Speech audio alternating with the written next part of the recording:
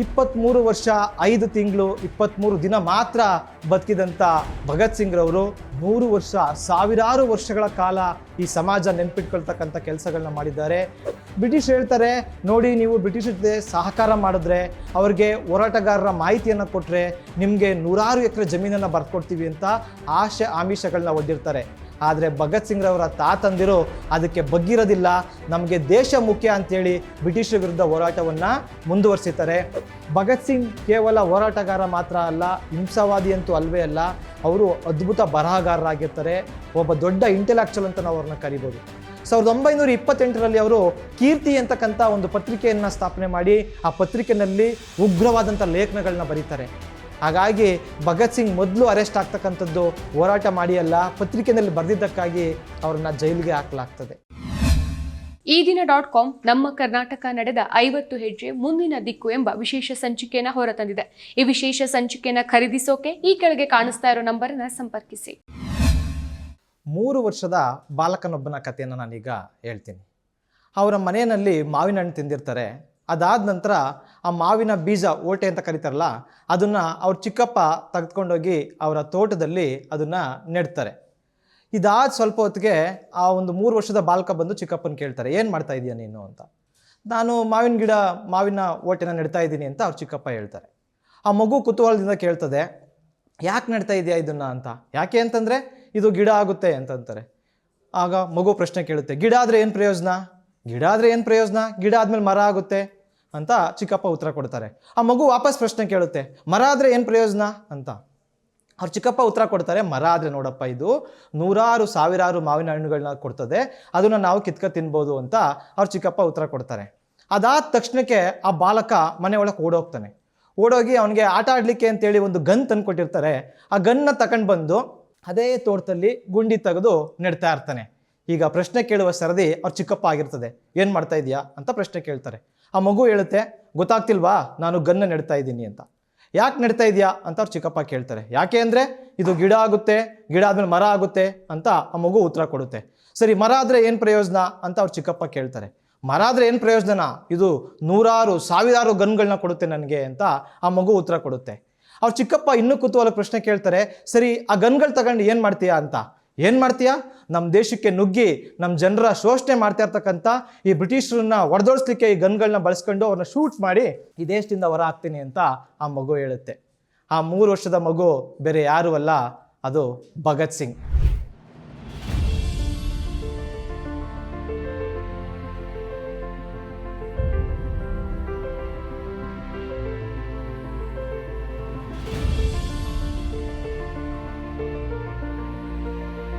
ಭಗತ್ ಸಿಂಗ್ ಬಗ್ಗೆ ನೀವು ಹಲವಾರು ವಿಷಯಗಳನ್ನ ತಿಳಿದಿರ್ಬೋದು, ಕೇಳಿರ್ಬೋದು.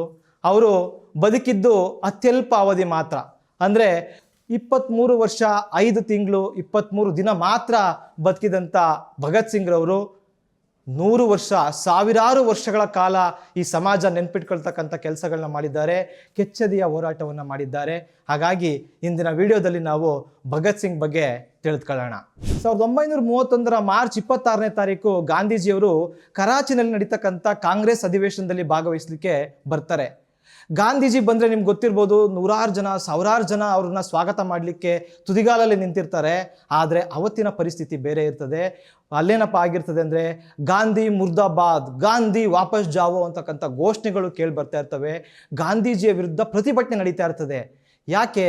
ಯಾಕೆ ಅಂತಂದರೆ ಅದಕ್ಕೆ 3 ದಿನಗಳ ಮುಂಚೆ ಮಾತ್ರ, ಅಂದರೆ 1931 ಮಾರ್ಚ್ 23ನೇ ತಾರೀಕು ಈ ದೇಶದ ಅಪ್ರತಿಮ ಕ್ರಾಂತಿಕಾರಿಗಳಾದಂಥ 3 ಭಗತ್ ಸಿಂಗ್, ರಾಜ್ಗುರು, ಸುಖದೇವ್ರನ್ನ ಗಲ್ಲಿಗೇರಿಸಲಾಗಿರ್ತದೆ. ಹಾಗಾಗಿ ಇಡೀ ದೇಶಾದ್ಯಂತ ಯುವಜನರು ಬೀದಿಗಿಳಿದಿರ್ತಾರೆ. ತಮ್ಮ ಪ್ರೀತಿ ಪಾತ್ರ ಹೋರಾಟಗಾರನ ಕಳೆದುಕೊಂಡಂಥ ನೋವು ಅವರಲ್ಲಿ ಮಡುಗಟ್ಟಿರ್ತದೆ. ಹಾಗಾಗಿ ಭಗತ್ ಸಿಂಗ್, ರಾಜ್ಗುರು, ಸುಖದೇವ್ಗೆ ಏನು ಗಲ್ಲು ಶಿಕ್ಷೆ ಆಯಿತು, ಅದನ್ನು ಗಾಂಧೀಜಿಯವರು ತಪ್ಪಿಸ್ತಿಲ್ವಲ್ಲ ಅಂತಕ್ಕಂಥ ಒಂದು ಕೋಪ ಅವರಲ್ಲಿರ್ತದೆ. ಹಾಗಾಗಿ ಅವರು ಗಾಂಧೀಜಿಯ ವಿರುದ್ಧದ ಹೋರಾಟಕ್ಕೆ ಮುಂದಾಗಿರ್ತಾರೆ. ಅಂತಂದರೆ ಭಗತ್ ಸಿಂಗ್, ರಾಜ್ಗುರು, ಸುಖದೇವ್ರವರ ಮಹತ್ವ ನಮಗೆ ಅರ್ಥ ಆಗ್ತದೆ. ಕೇವಲ 23-24 ವರ್ಷ ಬದುಕಿದಂಥ ಈ ಮಹಾನ್ ಕ್ರಾಂತಿಕಾರಿಗಳು ಬದುಕು ದೀರ್ಘವಾಗಿರೋದಕ್ಕಿಂತ ಅರ್ಥಪೂರ್ಣವಾಗಿರಬೇಕು ಅಂತಕ್ಕಂಥದ್ದನ್ನ ನಮಗೆ ಪಾಠ ಮಾಡಿ ಹೋಗಿದ್ದಾರೆ. ಇಂದಿಗೂ ಲಕ್ಷಾಂತರ ಜನರ ಹೃದಯಗಳಲ್ಲಿ ಅಮರರಾಗಿದ್ದಾರೆ. ನಾವೀಗ ಭಗತ್ ಸಿಂಗ್ ಬಗ್ಗೆ ತಿಳ್ಕೊಳ್ಳೋದಾದರೆ ಲಾಹೋರಿಂದ 150 ಕಿಲೋಮೀಟರ್ ದೂರದ ಪಂಜಾಬ್ ಪ್ರಾಂತ್ಯದ ಬಂಗಾ ಅಂತಕ್ಕಂಥ ಒಂದು ಹಳ್ಳಿಯಲ್ಲಿ ಸೆಪ್ಟೆಂಬರ್ 28, 1907ನೇ ಇಸ್ವಿನಲ್ಲಿ ಇವರು ಜನಿಸ್ತಾರೆ. ತಂದೆ ಕಿಶನ್ ಸಿಂಗ್, ತಾಯಿ ವಿದ್ಯಾವತಿ. ಇವರ 2ನೇ ಪುತ್ರನಾಗಿ ಭಗತ್ ಸಿಂಗು ಜನಿಸ್ತಾರೆ. ಅವರ ಮನೆ ಈ ಬ್ರಿಟಿಷರ ವಿರುದ್ಧ ಹೋರಾಟಕ್ಕೆ ಹೆಸರುವಾಸಿಯಾಗಿರ್ತದೆ. ಅವ್ರ ತಾತ, ಅವ್ರ ತಂದೆ, ಅವ್ರ ಚಿಕ್ಕಪ್ಪ ಎಲ್ಲರೂ ಕೂಡ ಬ್ರಿಟಿಷ್ ವಿರೋಧಿ ಹೋರಾಟದಲ್ಲಿ ಪಾಲ್ಗೊಂಡಿರ್ತಾರೆ. ಹಾಗಾಗಿ ಅವ್ರ ತಂದೆ ಮತ್ತು ಅವ್ರ ಚಿಕ್ಕಪ್ಪ ಅಜಿತ್ ಸಿಂಗ್ನವ್ರನ್ನ ಜೈಲಲ್ಲಿ ಇಟ್ಟಿರ್ತಾರೆ. ಭಗತ್ ಸಿಂಗ್ ಯಾವತ್ತು ಹುಟ್ಟಿದ್ರೋ ಅವತ್ತೇನೆ ಅವ್ರ ತಂದೆ ಮತ್ತು ಅವ್ರ ಚಿಕ್ಕಪ್ಪ ಜೈಲಿನಿಂದ ಬಿಡುಗಡೆ ಆಗ್ತಾರೆ. ಹಾಗಾಗಿ ಅವ್ರ ಕುಟುಂಬ ಅದನ್ನು ಅದೃಷ್ಟದ ದಿನ ಅಂತ ಕರೀತಾರೆ. ಹಾಗಾಗಿ ಭಾಗೋವಾಲಹೈ ಅಂತ ಕರೀತಾರೆ, ಅದೃಷ್ಟ ತಂದವನು ಅಂತ ಅರ್ಥ. ಅದ್ರ ಭಾಗವಾಗಿಯೇ ಆ ಮಗುವಿಗೆ ಭಗತ್ ಸಿಂಗ್ ಅಂತ ಹೆಸರಿಡ್ತಾರೆ. ಸಿಖ್ ಜಾಟ್ ಫ್ಯಾಮಿಲಿಯಲ್ಲಿ ಹುಟ್ಟಂಥ ಭಗತ್ ಸಿಂಗು ಅವರ ತಾತಂದರು ಈಗಾಗಲೇ ಭಾಳಷ್ಟು ಸಲ ಹೋರಾಟ ಮಾಡಿರ್ತಾರೆ ಬ್ರಿಟಿಷರ ವಿರುದ್ಧ. ಬ್ರಿಟಿಷ್ ಹೇಳ್ತಾರೆ, ನೋಡಿ ನೀವು ಬ್ರಿಟಿಷರ ಜೊತೆ ಸಹಕಾರ ಮಾಡಿದ್ರೆ, ಅವ್ರಿಗೆ ಹೋರಾಟಗಾರರ ಮಾಹಿತಿಯನ್ನು ಕೊಟ್ಟರೆ ನಿಮಗೆ 100 ಎಕರೆ ಜಮೀನನ್ನು ಬರ್ಕೊಡ್ತೀವಿ ಅಂತ ಆಮಿಷಗಳನ್ನ ಒಡ್ಡಿರ್ತಾರೆ. ಆದರೆ ಭಗತ್ ಸಿಂಗ್ರವರ ತಾತಂದಿರು ಅದಕ್ಕೆ ಬಗ್ಗಿರೋದಿಲ್ಲ, ನಮಗೆ ದೇಶ ಮುಖ್ಯ ಅಂತೇಳಿ ಬ್ರಿಟಿಷರ ವಿರುದ್ಧ ಹೋರಾಟವನ್ನು ಮುಂದುವರಿಸಿದ್ದಾರೆ. ಅಂತಹ ಒಂದು ಕ್ರಾಂತಿಕಾರಿಗಳ ಕುಟುಂಬದಲ್ಲಿ ಹುಟ್ಟಂಥ ಭಗತ್ ಸಿಂಗ್ಗೆ ಸಹಜವಾಗಿಯೇ ಸ್ವಾತಂತ್ರ್ಯ ಚಳುವಳಿಯ ಬಗ್ಗೆ ಒಂದು ಕುತೂಹಲ ಮೂಡಿರ್ತದೆ ಮತ್ತು ದೇಶಭಕ್ತಿ, ದೇಶ ಪ್ರೇಮ ಅಂತಕ್ಕಂಥದ್ದು ಅವರ ರಕ್ತಗತವಾಗಿ ಬಂದಿರ್ತದೆ. ಇಂಥ ಭಗತ್ ಸಿಂಗ್ರವರನ್ನ ಬದುಕನ್ನು ಬದಲಿಸಿದ 2 ಘಟನೆಗಳು ಬಹಳ ಮುಖ್ಯವಾಗ್ತಕ್ಕಂಥದ್ದು. ಅದರಲ್ಲಿ ಒಂದು ಏನಪ್ಪ ಅಂತಂದರೆ, ಅಮೆರಿಕ ಮತ್ತು ಕೆನಡಾದಲ್ಲಿ ಗದರ್ ಹೆಸರಿನಲ್ಲಿ ಒಂದು ಪತ್ರಿಕೆ ಬರ್ತಾ ಇರ್ತದೆ. ಸೋಹನ್ ಸಿಂಗ್ ಬಾಕ್ನಾ ಅಂತಕ್ಕಂಥವ್ರು ಗದರ್ ಪಾರ್ಟಿ ಅಂತ ಕಟ್ಟಿರ್ತಾರೆ. ಅವರು ಅಮೆರಿಕದಲ್ಲಿ ಇದ್ದುಕೊಂಡು ಭಾರತದ ಸ್ವಾತಂತ್ರ್ಯ ಸಿಗಬೇಕು ಅಂತೇಳಿ ಬ್ರಿಟಿಷರ ವಿರುದ್ಧ ಹೋರಾಟವನ್ನು ಮಾಡ್ತಾ ಇರ್ತಾರೆ. ಅವರು ಸರ್ದಾರ್ ಕರ್ತಾರ್ ಸಿಂಗ್ ಅಂತಕ್ಕಂಥ ಒಬ್ಬ ಯುವಕನಿಗೆ ಇದ್ರ ಬಗ್ಗೆ ಟ್ರೈನಿಂಗ್ ಕೊಡ್ತಾ ಇರ್ತಾರೆ. ಆತ ಬಂದೂಕು ತರಬೇತಿಯನ್ನು ಪಡಿತಾನೆ, ಹೆಲಿಕಾಪ್ಟರ್ ಚಲಾಯಿಸ್ತಕ್ಕಂಥದ್ದು ತರಬೇತಿಯನ್ನು ಪಡಿತಾನೆ. ಈ ರೀತಿಯಾಗಿ ಗದರ್ ಪಕ್ಷಕ್ಕೆ ಸೇರ್ಕೊಂಡು ಭಾರತದ ಸ್ವಾತಂತ್ರ್ಯಕ್ಕೋಸ್ಕರ ಹೋರಾಟವನ್ನು ಮಾಡ್ತಾ ಇರ್ತಾನೆ. ಈ ಗದರ್ ಪಾರ್ಟಿಯ ಒಂದು ಕವನ ನಿಮ್ಮ ಮುಂದೆ ಓದ್ತೀನಿ. ಭಾಳ ಎಷ್ಟು ಪವರ್ಫುಲ್ ಆಗಿದೆ ಅಂತ ನೀವು ಅರ್ಥ ಮಾಡ್ಕೊಳ್ಬೋದು. ಪಂಡಿತರು ಮುಲ್ಲಾಗಳು ಬೇಕಿಲ್ಲ ನಮಗೆ, ಪ್ರಾರ್ಥನೆಗಳು ಭಜನೆಗಳು ಬೇಕಿಲ್ಲ ನಮಗೆ, ನಮ್ಮ ನಡಿಗೆಗಿವು ತೊಡರುಗಳು, ಸಮರ ಕಾಲವಿದು ನಮಗೆ, ಖಡ್ಗವನ್ನು ಕೈಗೆತ್ತಿಕೊಳ್ಳಿ, ಇಂದು ಮುಸಲ್ಮಾನ ಸಿಖ್ಖರಿದ್ದರೂ ನಾವು, ಮರೆಯಲಾದೀತೆ ಭಾರತದ ಮಕ್ಕಳೆಂಬುದು ನಾವು ಅಂತಕ್ಕಂಥ ಒಂದು ಸಂದೇಶವುಳ್ಳಂಥ ಗದರ್ ಪಾರ್ಟಿಗೆ ಆ ಸರ್ದಾರ್ ಕರ್ತಾರ್ ಸಿಂಗ್ ಅಂತಕ್ಕಂಥವ್ರು ಆಕರ್ಷಿತವಾಗಿ ಕೆಲಸ ಮಾಡ್ತಾ ಇರ್ತಾರೆ. ಅವರು ಭಾರತದಲ್ಲಿ ಬಂದು ಗದರ್ ಪಕ್ಷದ ಪರವಾಗಿ ಬ್ರಿಟಿಷರ ವಿರುದ್ಧ ಕೆಲಸ ಮಾಡ್ತಿದ್ದಾಗ ಬ್ರಿಟಿಷರು ಅವರನ್ನು ಬಂಧಿಸಿ ಅವರನ್ನು ಗಲ್ಲಿಗೇರಿಸ್ತಾರೆ. ಆಗ ಸರ್ದಾರ್ ಕರ್ತಾರ್ ಸಿಂಗ್ ಸರ್ಬಾಗೆ ಕೇವಲ 19 ವರ್ಷ. ಈ 19 ವರ್ಷಕ್ಕೆ ದೇಶಕ್ಕಾಗಿ ಪ್ರಾಣ ಕೊಟ್ಟಂಥ ಈ ಸರ್ದಾರ್ ಕರ್ತಾರ್ ಸಿಂಗ್ ಅವರು ಭಗತ್ ಸಿಂಗ್ರವರಿಗೆ ಪ್ರೇರಣೆ ಆಗ್ತದೆ. ಹಾಗಾಗಿ ಭಗತ್ ಸಿಂಗ್ ನನ್ನ ಹೀರೋ, ನನ್ನ ಸ್ನೇಹಿತ, ನನ್ನ ಸಂಗಾತಿ ಅಂತ ಕರ್ತಾರ್ ಸಿಂಗ್ ಅವ್ರ ಬಗ್ಗೆ ಬರ್ಕೊಂಡಿರ್ತಾರೆ. 1917ರಲ್ಲಿ ಭಗತ್ ಸಿಂಗ್ರವರು ಲಾಹೋರ್ನಲ್ಲಿನ DIV ಹೈಸ್ಕೂಲ್ಗೆ ಸೇರ್ಕೊಳ್ತಾರೆ. ಆದರೆ ಆ ಸಂದರ್ಭದಲ್ಲಿ ಮತ್ತೊಂದು ಮಹತ್ವದ ಘಟನೆ ನಡೀತದೆ. ಅದೇನಪ್ಪ ಅಂತಂದರೆ ಜಲಿಯನ್ ವಾಲಾಬಾಗ್ ಹತ್ಯಾಕಾಂಡ. 1919 ಏಪ್ರಿಲ್ 13ರಂದು ಭಾರತದ ಅಮೃತ್ಸರದಲ್ಲಿ ಸಾವಿರಾರು ಜನ ಸ್ವಾತಂತ್ರ್ಯಕ್ಕೋಸ್ಕರ ನಿಶಸ್ತ್ರರಾಗಿ ಒಂದು ಜಲಿಯನ್ ವಾಲಾಬಾಗ್ ಅಂತಕ್ಕಂಥ ಪಾರ್ಕ್ನಲ್ಲಿ ಸಭೆ ಸೇರಿರ್ತಾರೆ.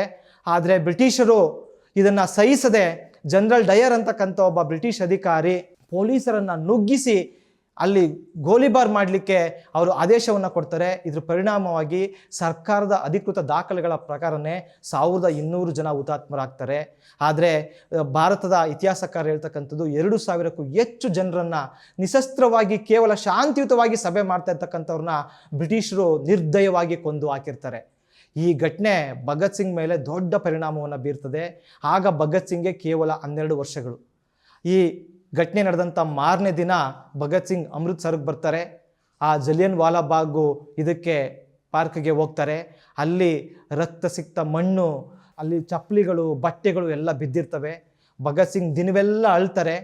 ತನಗೆ ಊಟ ಮಾಡಲಿಕ್ಕೆ ತಂದಿದ್ದಂಥ ಬಾಕ್ಸ್ಗೆ ಅಲ್ಲಿ ರಕ್ತ ಸಿಕ್ತವಾದಂಥ ಮಣ್ಣನ್ನು ತುಂಬಿಕೊಂಡು ಅದನ್ನು ತಗೊಂಡೋಗ್ತಾ ಮನೇಲಿ ಇಟ್ಕೊಂಡು ಹೇಳ್ತಾರೆ, ನಾನು ಈ ಯಾವ ಕೃತ್ಯವನ್ನು ಬ್ರಿಟಿಷರು ಮಾಡಿದ್ದಾರೆ ಅವ್ರ ವಿರುದ್ಧ ಸೇಡ್ ತೀರಿಸ್ಕೊಳ್ತೀನಿ ಅಂತಕ್ಕಂಥ ಒಂದು ಶಪಥವನ್ನು ಭಗತ್ ಸಿಂಗ್ ಮಾಡ್ತಾರೆ. ಅಂದರೆ ಚಿಕ್ಕ ವಯಸ್ಸಿನಲ್ಲೇ ಈ ಘಟನೆಗಳು ಅವರನ್ನು ದೊಡ್ಡ ಕ್ರಾಂತಿಕಾರಿಯನ್ನಾಗಿ ಮಾಡಲಿಕ್ಕೆ ಮುನ್ನುಡಿಯನ್ನು ಬರೀತವೆ. 1921ರಲ್ಲಿ ಭಗತ್ ಸಿಂಗು ಲಾಹೋರ್ನ ನ್ಯಾಷನಲ್ ಸ್ಕೂಲ್ನಲ್ಲಿ ಪದವಿ ಮಾಡಲಿಕ್ಕೆ ಸೇರ್ಕೊಳ್ತಾರೆ. ಅವಾಗ ಮಹಾತ್ಮ ಗಾಂಧೀಜಿಯವರ ಪ್ರಭಾವ ಅವ್ರ ಮೇಲೆ ಬಹಳಷ್ಟು ಇರ್ತದೆ. ಗಾಂಧೀಜಿಯವರು ಏನು ಅಸಹಕಾರ ಚಳುವಳಿಗೆ ಕರೆ ನೀಡಿರ್ತಾರೆ, ಕಾನೂನು ಭಂಗ ಚಳುವಳಿ ಮತ್ತು ಸ್ವದೇಶಿ ವಸ್ತುಗಳನ್ನ ಬಳಸಿ ಬ್ರಿಟಿಷ್ ವಸ್ತುಗಳನ್ನ ತಿರಸ್ಕರಿಸಿ ಅಂತಕ್ಕಂಥ ಏನು ಕರೆ ಕೊಟ್ಟಿರ್ತಾರೆ, ಇದರಲ್ಲಿ ಭಗತ್ ಸಿಂಗ್ ಸಕ್ರಿಯವಾಗಿ ತೊಡಸ್ಕೊಂಡು ಹೋರಾಟವನ್ನು ಮಾಡ್ತಾರೆ. ಅದೇ ಸಂದರ್ಭದಲ್ಲಿ ಭಗತ್ ಸಿಂಗ್ ಅವರ ಮತ್ತೊಂದು ವಿಶೇಷ ಏನಪ್ಪ ಅಂತಂದರೆ, ಅವರು ಅಧ್ಯಯನಶೀಲರಾಗಿರ್ತಾರೆ, ಬಹಳಷ್ಟು ಪುಸ್ತಕಗಳನ್ನ ಓದ್ತಾರೆ, ಮುಖ್ಯವಾಗಿ ಯುರೋಪಿಯನ್ ಹಿಸ್ಟ್ರಿಯನ್ನು ಅವರು ಓದ್ತಾರೆ. ಅದರಲ್ಲಿ ಒಬ್ಬ ಫ್ರೆಂಚ್ ಕ್ರಾಂತಿಕಾರಿ ಆಗಸ್ಟ್ ವೇಲಿನೆಂಟ್ ಅಂತಕ್ಕಂಥವ್ರು ಭಗತ್ ಸಿಂಗ್ ಮೇಲೆ ದೊಡ್ಡ ಪ್ರಭಾವವನ್ನು ಬೀರ್ತಾರೆ. ಯಾಕೆಂದರೆ ಈ ಆಗಸ್ಟ್ ವೇಲಿನೆಂಟ್ ಅವರು ಪ್ಯಾರಿಸ್ ಚೇಂಬರ್ಸ್ ಆಫ್ ಡ್ಯೂಟೀಸ್ ಅಂತಕ್ಕಂಥ ಫ್ರಾನ್ಸ್ನಲ್ಲಿ ನಡೀತಕ್ಕಂಥ ಒಂದು ಇದರಲ್ಲಿ ಅವರು ಬಾಂಬ್ ದಾಳಿಯನ್ನು ಮಾಡಿ ಆ ಒಂದು ಅಪರಾಧಕ್ಕಾಗಿ ಅವ್ರಿಗೆ 1894ನೇ ಇಸ್ವಿನಲ್ಲೇ ಗಲ್ಲು ಶಿಕ್ಷೆ ವಿಧಿಸಲಾಗಿರ್ತದೆ. ಅವರೊಂದು ಪದವನ್ನು ಬರೆದಿರ್ತಾರೆ, ಅಧಿಕಾರದ ಮದದಲ್ಲಿರುವವರಿಗೆ ಕೇಳಿಸಬೇಕು ಅಂದರೆ ನಾವು ಜೋರಾಗಿ ಸದ್ದು ಮಾಡಬೇಕು, ಅದಕ್ಕೋಸ್ಕರ ನಾನು ಬಾಂಬ್ ಹಾಕ್ತೆ ಅಂತೇಳಿ ಅವರು ವೇಲಿಯಂಟ್ ಅವರು ಬರ್ಕೊಂಡಿರ್ತಾರೆ. ಈ ಪದಗಳು ಭಗತ್ ಸಿಂಗ್ ಮೇಲೆ ದೊಡ್ಡ ಪ್ರಭಾವವನ್ನು ಬೀರ್ತವೆ. ಮುಂದೆ 1928ರಲ್ಲಿ ಭಗತ್ ಸಿಂಗ್ ಭಾರತದಲ್ಲಿಯೂ ಕೂಡ ಇದನ್ನು ಪುನರಾವರ್ತನೆ ಮಾಡ್ತಾರೆ. ಅದಕ್ಕೆ ನಾವು ಆನಂತರ ಬರೋಣ. ಇದರಲ್ಲಿ ಒಂದು ಅರ್ಥ ಆಗ್ತಕ್ಕಂಥದ್ದು, ಭಗತ್ ಸಿಂಗ್ಗೆ ಶಾಂತಿಯುತ ಮಾರ್ಗದಿಂದ ಹೋರಾಟ ಮಾಡಿದ್ರೆ ನಮಗೆ ಸ್ವಾತಂತ್ರ್ಯ ಸಿಗೋದಿಲ್ಲ, ನಾವು ಹಿಂಸಾತ್ಮಕ ಮಾರ್ಗ ಆದರೂ ಸರಿಯೇ ಬ್ರಿಟಿಷರನ್ನ ಈ ದೇಶದಿಂದ ಹೊರದೂಡಬೇಕು ಅಂತಕ್ಕಂಥ ಒಂದು ತೀರ್ಮಾನಕ್ಕೆ ಬರ್ತಾರೆ. ಆಗ ಅವ್ರಿಗೆ ಪರಿಚಯ ಆಗ್ತಕ್ಕಂಥದ್ದು ಸಚೀಂದ್ರನಾಥ್ ಸನ್ಯಾಲ್ ಅಂತಕ್ಕಂಥ ಇನ್ನೊಬ್ಬ ಯುವ ಕ್ರಾಂತಿಕಾರಿ. ಅವರು HRA ಅಂತಕ್ಕಂಥ ಸಂಘಟನೆಯನ್ನು ಕಟ್ಟಿರ್ತಾರೆ. ಆ ಸಂಘಟನೆಯಲ್ಲಿ ಚಂದ್ರಶೇಖರ್ ಆಜಾದ್ ಅಂತಕ್ಕಂಥ ಕ್ರಾಂತಿಕಾರಿ ಇರ್ತಾರೆ. ಅವರನ್ನು ಭಗತ್ ಸಿಂಗು ಭೇಟಿ ಮಾಡ್ತಾರೆ. ಆ ಒಂದು HRA ಸಂಘಟನೆಗೆ ಅವರು ಸೇರ್ಕೊಳ್ತಾರೆ. ಈ ರೀತಿಯ ಹೋರಾಟದಲ್ಲಿ ಭಾಗವಹಿಸಿದಂಥ ಭಗತ್ ಸಿಂಗು ವಿದ್ಯಾಭ್ಯಾಸವನ್ನು ಅದರ ಕಡೆ ಗಮನ ಕೊಡೋದಿಲ್ಲ, ಅದನ್ನು ಮೊಟಕುಗೊಳಿಸ್ತಾರೆ. ಇದರಿಂದ ಇವ್ರ ತಂದೆ ತಾಯಿಗಳಿಗೆ ಬಹಳ ಒತ್ತಡ ಉಂಟಾಗ್ತದೆ. ಅಯ್ಯೋ ನಮ್ಮ ಮಗ ಓದ್ತಾ ಇಲ್ಲ, ಇವನು ಚಿಕ್ಕ ವಯಸ್ಸಿನಲ್ಲೇ ಸುಮಾರು 13-14 ವರ್ಷಕ್ಕೇನೆ ಇವನು ಹೋರಾಟ ಅಂತ ಬಿದ್ದುಬಿಟ್ಟಿದ್ದಾನೆ, ಭಾಳ ದೊಡ್ಡ ದೊಡ್ಡ ಹೋರಾಟಕ್ಕೆ ಹೋಗ್ತಿದ್ದಾನೆ, ಹಿಂಗಾದರೆ ಸಮಸ್ಯೆ ಆಗ್ತದಲ್ಲ ಅಂಥೇಳಿ ಭಗತ್ ಸಿಂಗನ್ನು ಕಾನ್ಪುರಕ್ಕೆ ಕರೆಸ್ಕೊಳ್ತಾರೆ. ಕರೆಸ್ಕೊಂಡು ನಿನಗೆ ಮದುವೆ ಮಾಡ್ತೀವಪ್ಪ ಅಂಥೇಳಿ 1923ರಲ್ಲಿ ಒತ್ತಾಯವನ್ನು ಮಾಡ್ತಾರೆ. ಆದರೆ ಭಗತ್ ಸಿಂಗ್ ಮದುವೆ ಆಗಲಿಕ್ಕೆ ಇಷ್ಟ ಆಗೋದಿಲ್ಲ. ಯಾಕೆ ಅಂತಂದರೆ ಇಷ್ಟೊತ್ತು ವೇಳೆಗೆ ಅವರ ಅಣ್ಣ ಮದುವೆ ಆಗಿರ್ತಾರೆ ಮತ್ತು ಮದುವೆಯಾಗಿ ಅವರು ಅಸಹಜ ಸಾವಿಗೀಡಾಗಿರ್ತಾರೆ, ಅವರ ಅತ್ತಿಗೆ ವಿಧವೆ ಆಗಿರ್ತಾರೆ. ಹಾಗಾಗಿ ಭಗತ್ ಸಿಂಗ್ ನಾನು ಮದುವೆ ಆದರೆ ಈ ಹೋರಾಟದಲ್ಲಿ ಭಾಗವಹಿಸೋಕ್ಕಾಗಲ್ಲ, ಮತ್ತು ಈ ಹೋರಾಟದಲ್ಲಿ ನನಗೆ ಏನು ಬೇಕಾದರೂ ಆಗ್ಬೋದು, ನಾನು ಬದುಕಿರ್ತೀನ ಅಥವಾ ನನ್ನನ್ನು ಅರೆಸ್ಟ್ ಮಾಡಿ ಕೊಲ್ತಾರ ಏನೂ ಗೊತ್ತಿಲ್ಲ, ಹಾಗಾಗಿ ನಾನು ಮದುವೆ ಆಗೋದಿಲ್ಲ ಅಂತ ಭಗತ್ ಸಿಂಗು ಹಠವನ್ನು ಹಿಡಿತಾರೆ. ಆಗ ಅವರು ಅಮ್ಮನಿಗೆ ಬರೆದಂಥ ಪತ್ರಗಳು ಲಭ್ಯ ಇವೆ. ಅವು ಎಷ್ಟು ಭಾವನಾತ್ಮಕವಾಗಿವೆ, ಹೃದಯಸ್ಪರ್ಶಿಯಾಗಿವೆ ಅಂತಕ್ಕಂಥದ್ದನ್ನು ನೀವು ನೋಡ್ಬೋದು. ಒಂದು ಪತ್ರದಲ್ಲಿ ಬರೀತಾರೆ ಅವರು, ಅಮ್ಮ ನನಗೀಗಾಗಲೇ ಮದುವೆ ಆಗಿದೆ, ಈ ದೇಶದ ಸ್ವಾತಂತ್ರ್ಯವೆಂಬ ವಧುವಿನೊಂದಿಗೆ ನಾನು ಮದುವೆ ಆಗಿದ್ದೀನಿ, ಹಾಗಾಗಿ ನನಗೆ ಬೇರೆ ಮದುವೆ ಮಾಡಲಿಕ್ಕೆ ನೀವು ಪ್ರಯತ್ನ ಪಡಬೇಡಿ ಅಂತಂತಾರೆ.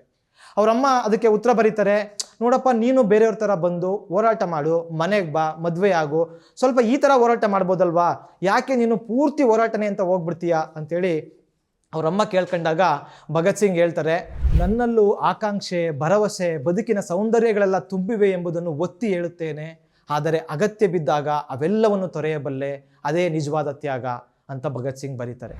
ಮತ್ತೊಂದು ಪತ್ರದಲ್ಲಿ ಅವರು ಬರೀತಾರೆ, ಅಮ್ಮ ಒಂದಲ್ಲ ಒಂದು ದಿನ ಈ ದೇಶ ಸ್ವತಂತ್ರವಾಗುತ್ತದೆ ಎಂಬುದರಲ್ಲಿ ನನಗೆ ಸಂದೇಹವಿಲ್ಲ, ಆದರೆ ಬಿಳಿಯ ದೊರೆಗಳು ಖಾಲಿ ಮಾಡುವ ಕುರ್ಚಿಗಳಲ್ಲಿ ಕಂದು ದೊರೆಗಳು ಬಂದು ಕುಳಿತರೆ ಅದು ಸ್ವಾತಂತ್ರ್ಯವೇ? ಈ ದೇಶವನ್ನು ಕಟ್ತಾ ಇರ್ತಕ್ಕಂಥ ರೈತರು ಮತ್ತು ಕಾರ್ಮಿಕರ ವಿಮೋಚನೆಯೇ ನಿಜವಾದ ಸ್ವಾತಂತ್ರ್ಯ, ಮತ್ತು ಅದಕ್ಕಾಗಿ ನಾನು ಹೋರಾಡುತ್ತಿದ್ದೇನೆ ಅಂತ ಭಗತ್ ಸಿಂಗ್ ಬರೀತಾರೆ. ಅಂದರೆ ಈ ದೇಶದಲ್ಲಿ ಬ್ರಿಟಿಷ್ ಹೋಗ್ಬಿಟ್ರೆ ಅಷ್ಟೇ ನಮಗೆ ಸ್ವಾತಂತ್ರ್ಯ ಅಲ್ಲ, ಈ ದೇಶದಲ್ಲಿರ್ತಕ್ಕಂಥ ರೈತರು, ಕಾರ್ಮಿಕರು, ಮಹಿಳೆಯರು, ಶ್ರಮಜೀವಿಗಳು ಇವರಿಗೆ ಸಮಾನತೆಯನ್ನು ಸಿಗಬೇಕು, ಅಂತಹ ಒಂದು ಹೋರಾಟ ನಂದು ಅಂತಕ್ಕಂಥದ್ದು ಭಗತ್ ಸಿಂಗ್ ಅವರು ಒಂದು ಮಾತಾಗಿರ್ತದೆ.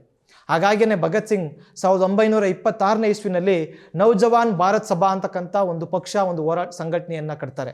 ಅದರ ಮುಖ್ಯ ಉದ್ದೇಶ ಏನಪ್ಪ ಆಗಿರ್ತದೆ ಅಂತಂದರೆ, ನಮ್ಮ ದೇಶದಲ್ಲಿ ಜಾತಿ ಹೆಸರಲ್ಲಿ, ಧರ್ಮದ ಹೆಸರಿನಲ್ಲಿ ಮೇಲು ಕೀಳು ಅಂತ ಇರಬಾರ್ದು, ಒಡೆದಾಟ ಇರಬಾರ್ದು, ನಾವೆಲ್ಲರೂ ಸೇರಿ ಬ್ರಿಟಿಷರನ್ನ ಈ ದೇಶದಿಂದ ಹೋಗ್ಲಾಡಿಸ್ಬೇಕು ಅಂತಕ್ಕಂಥದ್ದು ಅವರ ಗುರಿಯಾಗಿರ್ತದೆ. ಅದೇ ಸಂದರ್ಭದಲ್ಲಿ 1926ರ ಅಕ್ಟೋಬರ್ 26ರಂದು ದಸರಾ ನಡೀತಿರ್ಬೇಕಾದ್ರೆ ಒಂದು ಬಾಂಬ್ ಸ್ಫೋಟ ಉಂಟಾಗ್ತದೆ. ಅವಾಗ ಸಾಮಾನ್ಯವಾಗಿ ಹಿಂದೂಗಳು ಮುಸ್ಲಿಂ ಮೇಲೆ ಆರೋಪ ಮಾಡ್ತಾರೆ, ಮುಸ್ಲಿಮರು ಹಿಂದೂಗಳ ಮೇಲೆ ಆರೋಪ ಮಾಡ್ತಾರೆ. ಒಂದು ಕೋಮು ಗಲಭೆಗಳು, ಗಲಾಟೆ, ಗದ್ದಲ, ಒಂದು ದಂಗೆ ಅಂತಕ್ಕಂಥದ್ದು ಶುರುವಾಗ್ಬಿಡ್ತದೆ. ಆಗ ಭಗತ್ ಸಿಂಗ್ ಮತ್ತು ಆತನ ಸಂಗಾತಿಗಳು ಜನರ ಬಳಿಗೆ ಹೋಗಿ, ನೋಡಿ, ನಾವು ಜಾತಿ ಧರ್ಮದ ವಿಚಾರದಲ್ಲಿ ಹೊಡೆದಾಡ್ಕೊಳ್ಳೋದ ನಿಲ್ಲಿಸೋವರೆಗೂ ಬ್ರಿಟಿಷರು ನಮ್ಮನ್ನು ಶೋಷಣೆ ಮಾಡ್ತಾ ಇರ್ತಾರೆ. ಹಾಗಾಗಿ ನಾವು ಐಕ್ಯವಾಗಿ ಹೋರಾಟ ಮಾಡಬೇಕು, ಕೋಮು ಸಾಮರಸ್ಯದಿಂದ ಹೋರಾಟ ಮಾಡಬೇಕು ಅಂತಕ್ಕಂಥ ಒಂದು ಹೋರಾಟವನ್ನು ಭಗತ್ ಸಿಂಗ್ ಅವರು ಮಾಡ್ತಾರೆ. ಮತ್ತು ಇದರ ಪ್ರಯತ್ನವಾಗಿ ದಂಗೆ ನಿಲ್ತದೆ, ಹೋರಾಟ ಜಾಸ್ತಿ ಆಗ್ತದೆ. ಭಗತ್ ಸಿಂಗ್ ಕೇವಲ ಹೋರಾಟಗಾರ ಮಾತ್ರ ಅಲ್ಲ, ಹಿಂಸಾವಾದಿ ಅಂತೂ ಅಲ್ವೇ ಅಲ್ಲ, ಅವರು ಅದ್ಭುತ ಬರಹಗಾರರಾಗಿರ್ತಾರೆ. ಒಬ್ಬ ದೊಡ್ಡ ಇಂಟೆಲೆಕ್ಚುಯಲ್ ಅಂತ ನಾವು ಅವ್ರನ್ನ ಕರಿಬೋದು. 1928ರಲ್ಲಿ ಅವರು ಕೀರ್ತಿ ಅಂತಕ್ಕಂಥ ಒಂದು ಪತ್ರಿಕೆಯನ್ನು ಸ್ಥಾಪನೆ ಮಾಡಿ ಆ ಪತ್ರಿಕೆಯಲ್ಲಿ ಉಗ್ರವಾದಂಥ ಲೇಖನಗಳನ್ನ ಬರೀತಾರೆ. ಹಾಗಾಗಿ ಭಗತ್ ಸಿಂಗ್ ಮೊದಲು ಅರೆಸ್ಟ್ ಆಗ್ತಕ್ಕಂಥದ್ದು ಹೋರಾಟ ಮಾಡಿ ಅಲ್ಲ, ಪತ್ರಿಕೆಯಲ್ಲಿ ಬರೆದಿದ್ದಕ್ಕಾಗಿ ಅವರನ್ನು ಜೈಲಿಗೆ ಹಾಕಲಾಗ್ತದೆ. ಆದರೆ ಅದರಿಂದ ಹೊರಗಡೆ ಬಂದಂಥ ಭಗತ್ ಸಿಂಗ್ ಇನ್ನೂ ಮಹತ್ವದ ಯೋಚನೆ ಮಾಡ್ತಾರೆ. ನಾವು ಬಿಡಿ ಬಿಡಿ ಸಂಘಟನೆಗಳು ಹೋರಾಟ ಮಾಡೋದಕ್ಕಿಂತ ಎಲ್ಲ ಸಂಘಟನೆಗಳು ಒಟ್ಟಾಗಿ ಒಂದು ದೊಡ್ಡ ಶಕ್ತಿಯಾಗಿ ಹೋರಾಟ ಮಾಡಬೇಕು ಅಂತೇಳಿ, ಹಾಗಾಗಿ 3-4 ಸಂಘಟನೆಗಳನ್ನ ಸೇರಿಸಿ, ಏನು HRA ಅಂತ ಒಂದು ಸಂಘಟನೆ ಇರ್ತದಲ್ಲ, ಚಂದ್ರಶೇಖರ್ ಆಜಾದ್, ಸಚೀಂದ್ರನಾಥ್ ಸನ್ಯಾಲ್ ಎಲ್ಲ ಸ್ಥಾಪನೆ ಮಾಡಿತ್ತು. ಆ ಸಂಘಟನೆಗೆ ಅನ್ನೋರು ಭಗತ್ ಸಿಂಗ್ ಏನು ಮಾಡ್ತಾರೆ, ಅದರ ಕಮಾಂಡರ್ ಆಗಿ ಚಂದ್ರಶೇಖರ್ ಆಜಾದ್ ಇರ್ತಾರೆ. ಆಲ್ ಇಂಡಿಯಾ ಕೋಆರ್ಡಿನೇಟರ್ ಆಗಿ ಭಗತ್ ಸಿಂಗು ನೇಮಕ ಆಗ್ತಾರೆ. ನೇಮಕ ಆದಾಗ ಅವರು 1928ರಲ್ಲಿ ದೆಹಲಿಯ ಫಿರೋಜ್ ಶಾ ಕೋಟ್ಲಾ ಮೈದಾನದಲ್ಲಿ ಎಲ್ಲ ಸಂಘಟನೆಗಳನ್ನ ಸೇರಿಸಿ ತಮ್ಮ ಸಂಘಟನೆಗೆ ಮರುನಾಮಕರಣ ಮಾಡ್ತಾರೆ. ಅದೇನಪ್ಪ ಅಂತಂದರೆ HSRA, Hindustan socialist Republican association ಅಂತ. ಅಂದರೆ HRA ಅಂತ ಏನಿರ್ತದೆ ಅದಕ್ಕೆ ಸೋಷಿಯಲಿಸ್ಟ್, ಸಮಾಜವಾದಿ ಅಂತಕ್ಕಂಥ ಪದವನ್ನು ಭಗತ್ ಸಿಂಗ್ ಸೇರಿಸ್ತಾರೆ. ಅಂತಂದರೆ ನಮಗೆ ಸ್ವಾತಂತ್ರ್ಯದ ಜೊತೆಗೆ ಸಮಾನತೆಯೂ ಬೇಕು ಮತ್ತು ಸೋಷಿಯಲಿಸ್ಟ್, ನಾವು ಸಮಾಜವಾದಿಗಳು ಅಂತಕ್ಕಂಥ ಒಂದು ಪದವನ್ನು ಅವತ್ತು ಭಗತ್ ಸಿಂಗ್ ಆಗಲೇ ಬಳಸ್ತಾರೆ. ಅಂದರೆ ಅವರ ಮುನ್ನೋಟ ಎಷ್ಟು ಉದಾತ್ತವಾಗಿತ್ತು ಅಂತಕ್ಕಂಥದ್ದನ್ನ ನಾವು ಅರ್ಥ ಮಾಡ್ಕೊಳ್ಬೋದು. ಈ ಭಗತ್ ಸಿಂಗ್ ಈ ಸಂಘಟನೆಯನ್ನು ಮುನ್ನಡೆಸ್ತಾ ಇರಬೇಕಾದ್ರೆ ಭಾಳಷ್ಟು ಜನ ಹೇಳ್ತಾರೆ, ನಾವು ಅಂಡರ್ಗ್ರೌಂಡಾಗಿ ಕೆಲಸ ಮಾಡಬೇಕು, ಓಪನ್ ಆಗಿ ಕೆಲಸ ಮಾಡಿದ್ರೆ ಬ್ರಿಟಿಷರು ನಮ್ಮನ್ನು ಕಂಡಿಡ್ದು ಬಿಡ್ತಾರೆ, ನಮ್ಮನ್ನು ಜೈಲಿಗೆ ಹಾಕ್ತಾರೆ ಅಂತ. ಆದರೆ ಭಗತ್ ಸಿಂಗ್ ಇದರ ಕೋಆರ್ಡಿನೇಟರ್ ಆಗಿದ್ದಾರೆ. ಅವರು ಪಗಡಿ ಹಾಕ್ತಾರೆ, ಗಡ್ಡ ಬಿಟ್ಟಿರ್ತಾರೆ ಸಿಖ್ ರೀತಿಯಲ್ಲಿ. ಹಿಂಗಿದ್ರೆ ಅವ್ರನ್ನ ಬೇಗ ಗುರುತಿಸಿ ಅರೆಸ್ಟ್ ಮಾಡಿಬಿಡ್ತಾರೆ ಅಂತ ಸಹವರ್ತಿಗಳು ಎಚ್ಚರಿಕೆಯನ್ನು ಕೊಡ್ತಾರೆ. ಅವಾಗ ಒಂದು ಕ್ಷಣ ಕೂಡ ಯೋಚನೆ ಮಾಡಿದೆ ಭಗತ್ ಸಿಂಗ್ ಹೇಳ್ತಾರೆ, ನಾನು ಪಗಡಿಯನ್ನು ತೆಗಿತೀನಿ ಮತ್ತು ನಾನು ಗಡ್ಡವನ್ನು ಕಟ್ ಮಾಡ್ತೀನಿ ಅಂತ ಹೇಳ್ತಾರೆ. ಅಂದರೆ ಸಿಖ್ ಧರ್ಮದ ಪ್ರಕಾರ ಪಗಡಿ ಗಡ್ಡಕ್ಕೆ ಬಹಳ ಮಹತ್ವ. ಆದರೆ ಭಗತ್ ಸಿಂಗ್ ಹೇಳ್ತಾರೆ, ನನಗೆ ಧರ್ಮಕ್ಕಿಂತ ದೇಶದ ಸ್ವಾತಂತ್ರ್ಯ ಮುಖ್ಯ, ಹಾಗಾಗಿ ನಾನು ಈ ರೀತಿಯಾದಂಥ ವೇಷವನ್ನು ಬದಲಾಯಿಸ್ಕೊಳ್ತೀನಿ ಅಂತೇಳಿ ಭಗತ್ ಸಿಂಗ್ ಬದಲಾಯಿಸ್ಕೊಳ್ತಾರೆ. ಇನ್ನೊಂದು ಘಟನೆ ನಡೀತದೆ. 1928ರಲ್ಲಿ ಸೈಮನ್ ಕಮಿಷನ್ ಭಾರತಕ್ಕೆ ಬಂದಿರ್ತದೆ. ಜಾನ್ ಸೈಮನ್ ಮತ್ತು ಕ್ಲೆಮೆಂಟ್ ಆಟ್ಲಿ ಅಂತಕ್ಕಂಥ ಇಬ್ಬರು ಬ್ರಿಟಿಷ್ ಅಧಿಕಾರಿಗಳು ಭಾರತದಲ್ಲಿ ಕಾನೂನು ಬದಲಾವಣೆ ಮಾಡಲಿಕ್ಕೆ ಬಂದಿರ್ತಾರೆ. ಆದರೆ ಈ ಸೈಮನ್ ಕಮಿಷನಲ್ಲಿ ಭಾರತೀಯರು ಒಬ್ಬರೂ ಇರೋದಿಲ್ಲ. ಹಾಗಾಗಿ ಕಾಂಗ್ರೆಸ್ ಸೇರಿದಂತೆ ಬಹಳಷ್ಟು ಜನ ಸೈಮನ್ ಕಮಿಷನ್ ವಿರುದ್ಧ ಭಿನ್ನಾಭಿಪ್ರಾಯವನ್ನು ವ್ಯಕ್ತಪಡಿಸಿ ಹೋರಾಟವನ್ನು ಮಾಡ್ತಾರೆ. Simon go back, Simon commission ಮುರ್ದಾಬಾದ್ ಅಂತಕ್ಕಂಥ ಹೋರಾಟವನ್ನು ಅವರು ಮಾಡ್ತಾ ಇರ್ತಾರೆ.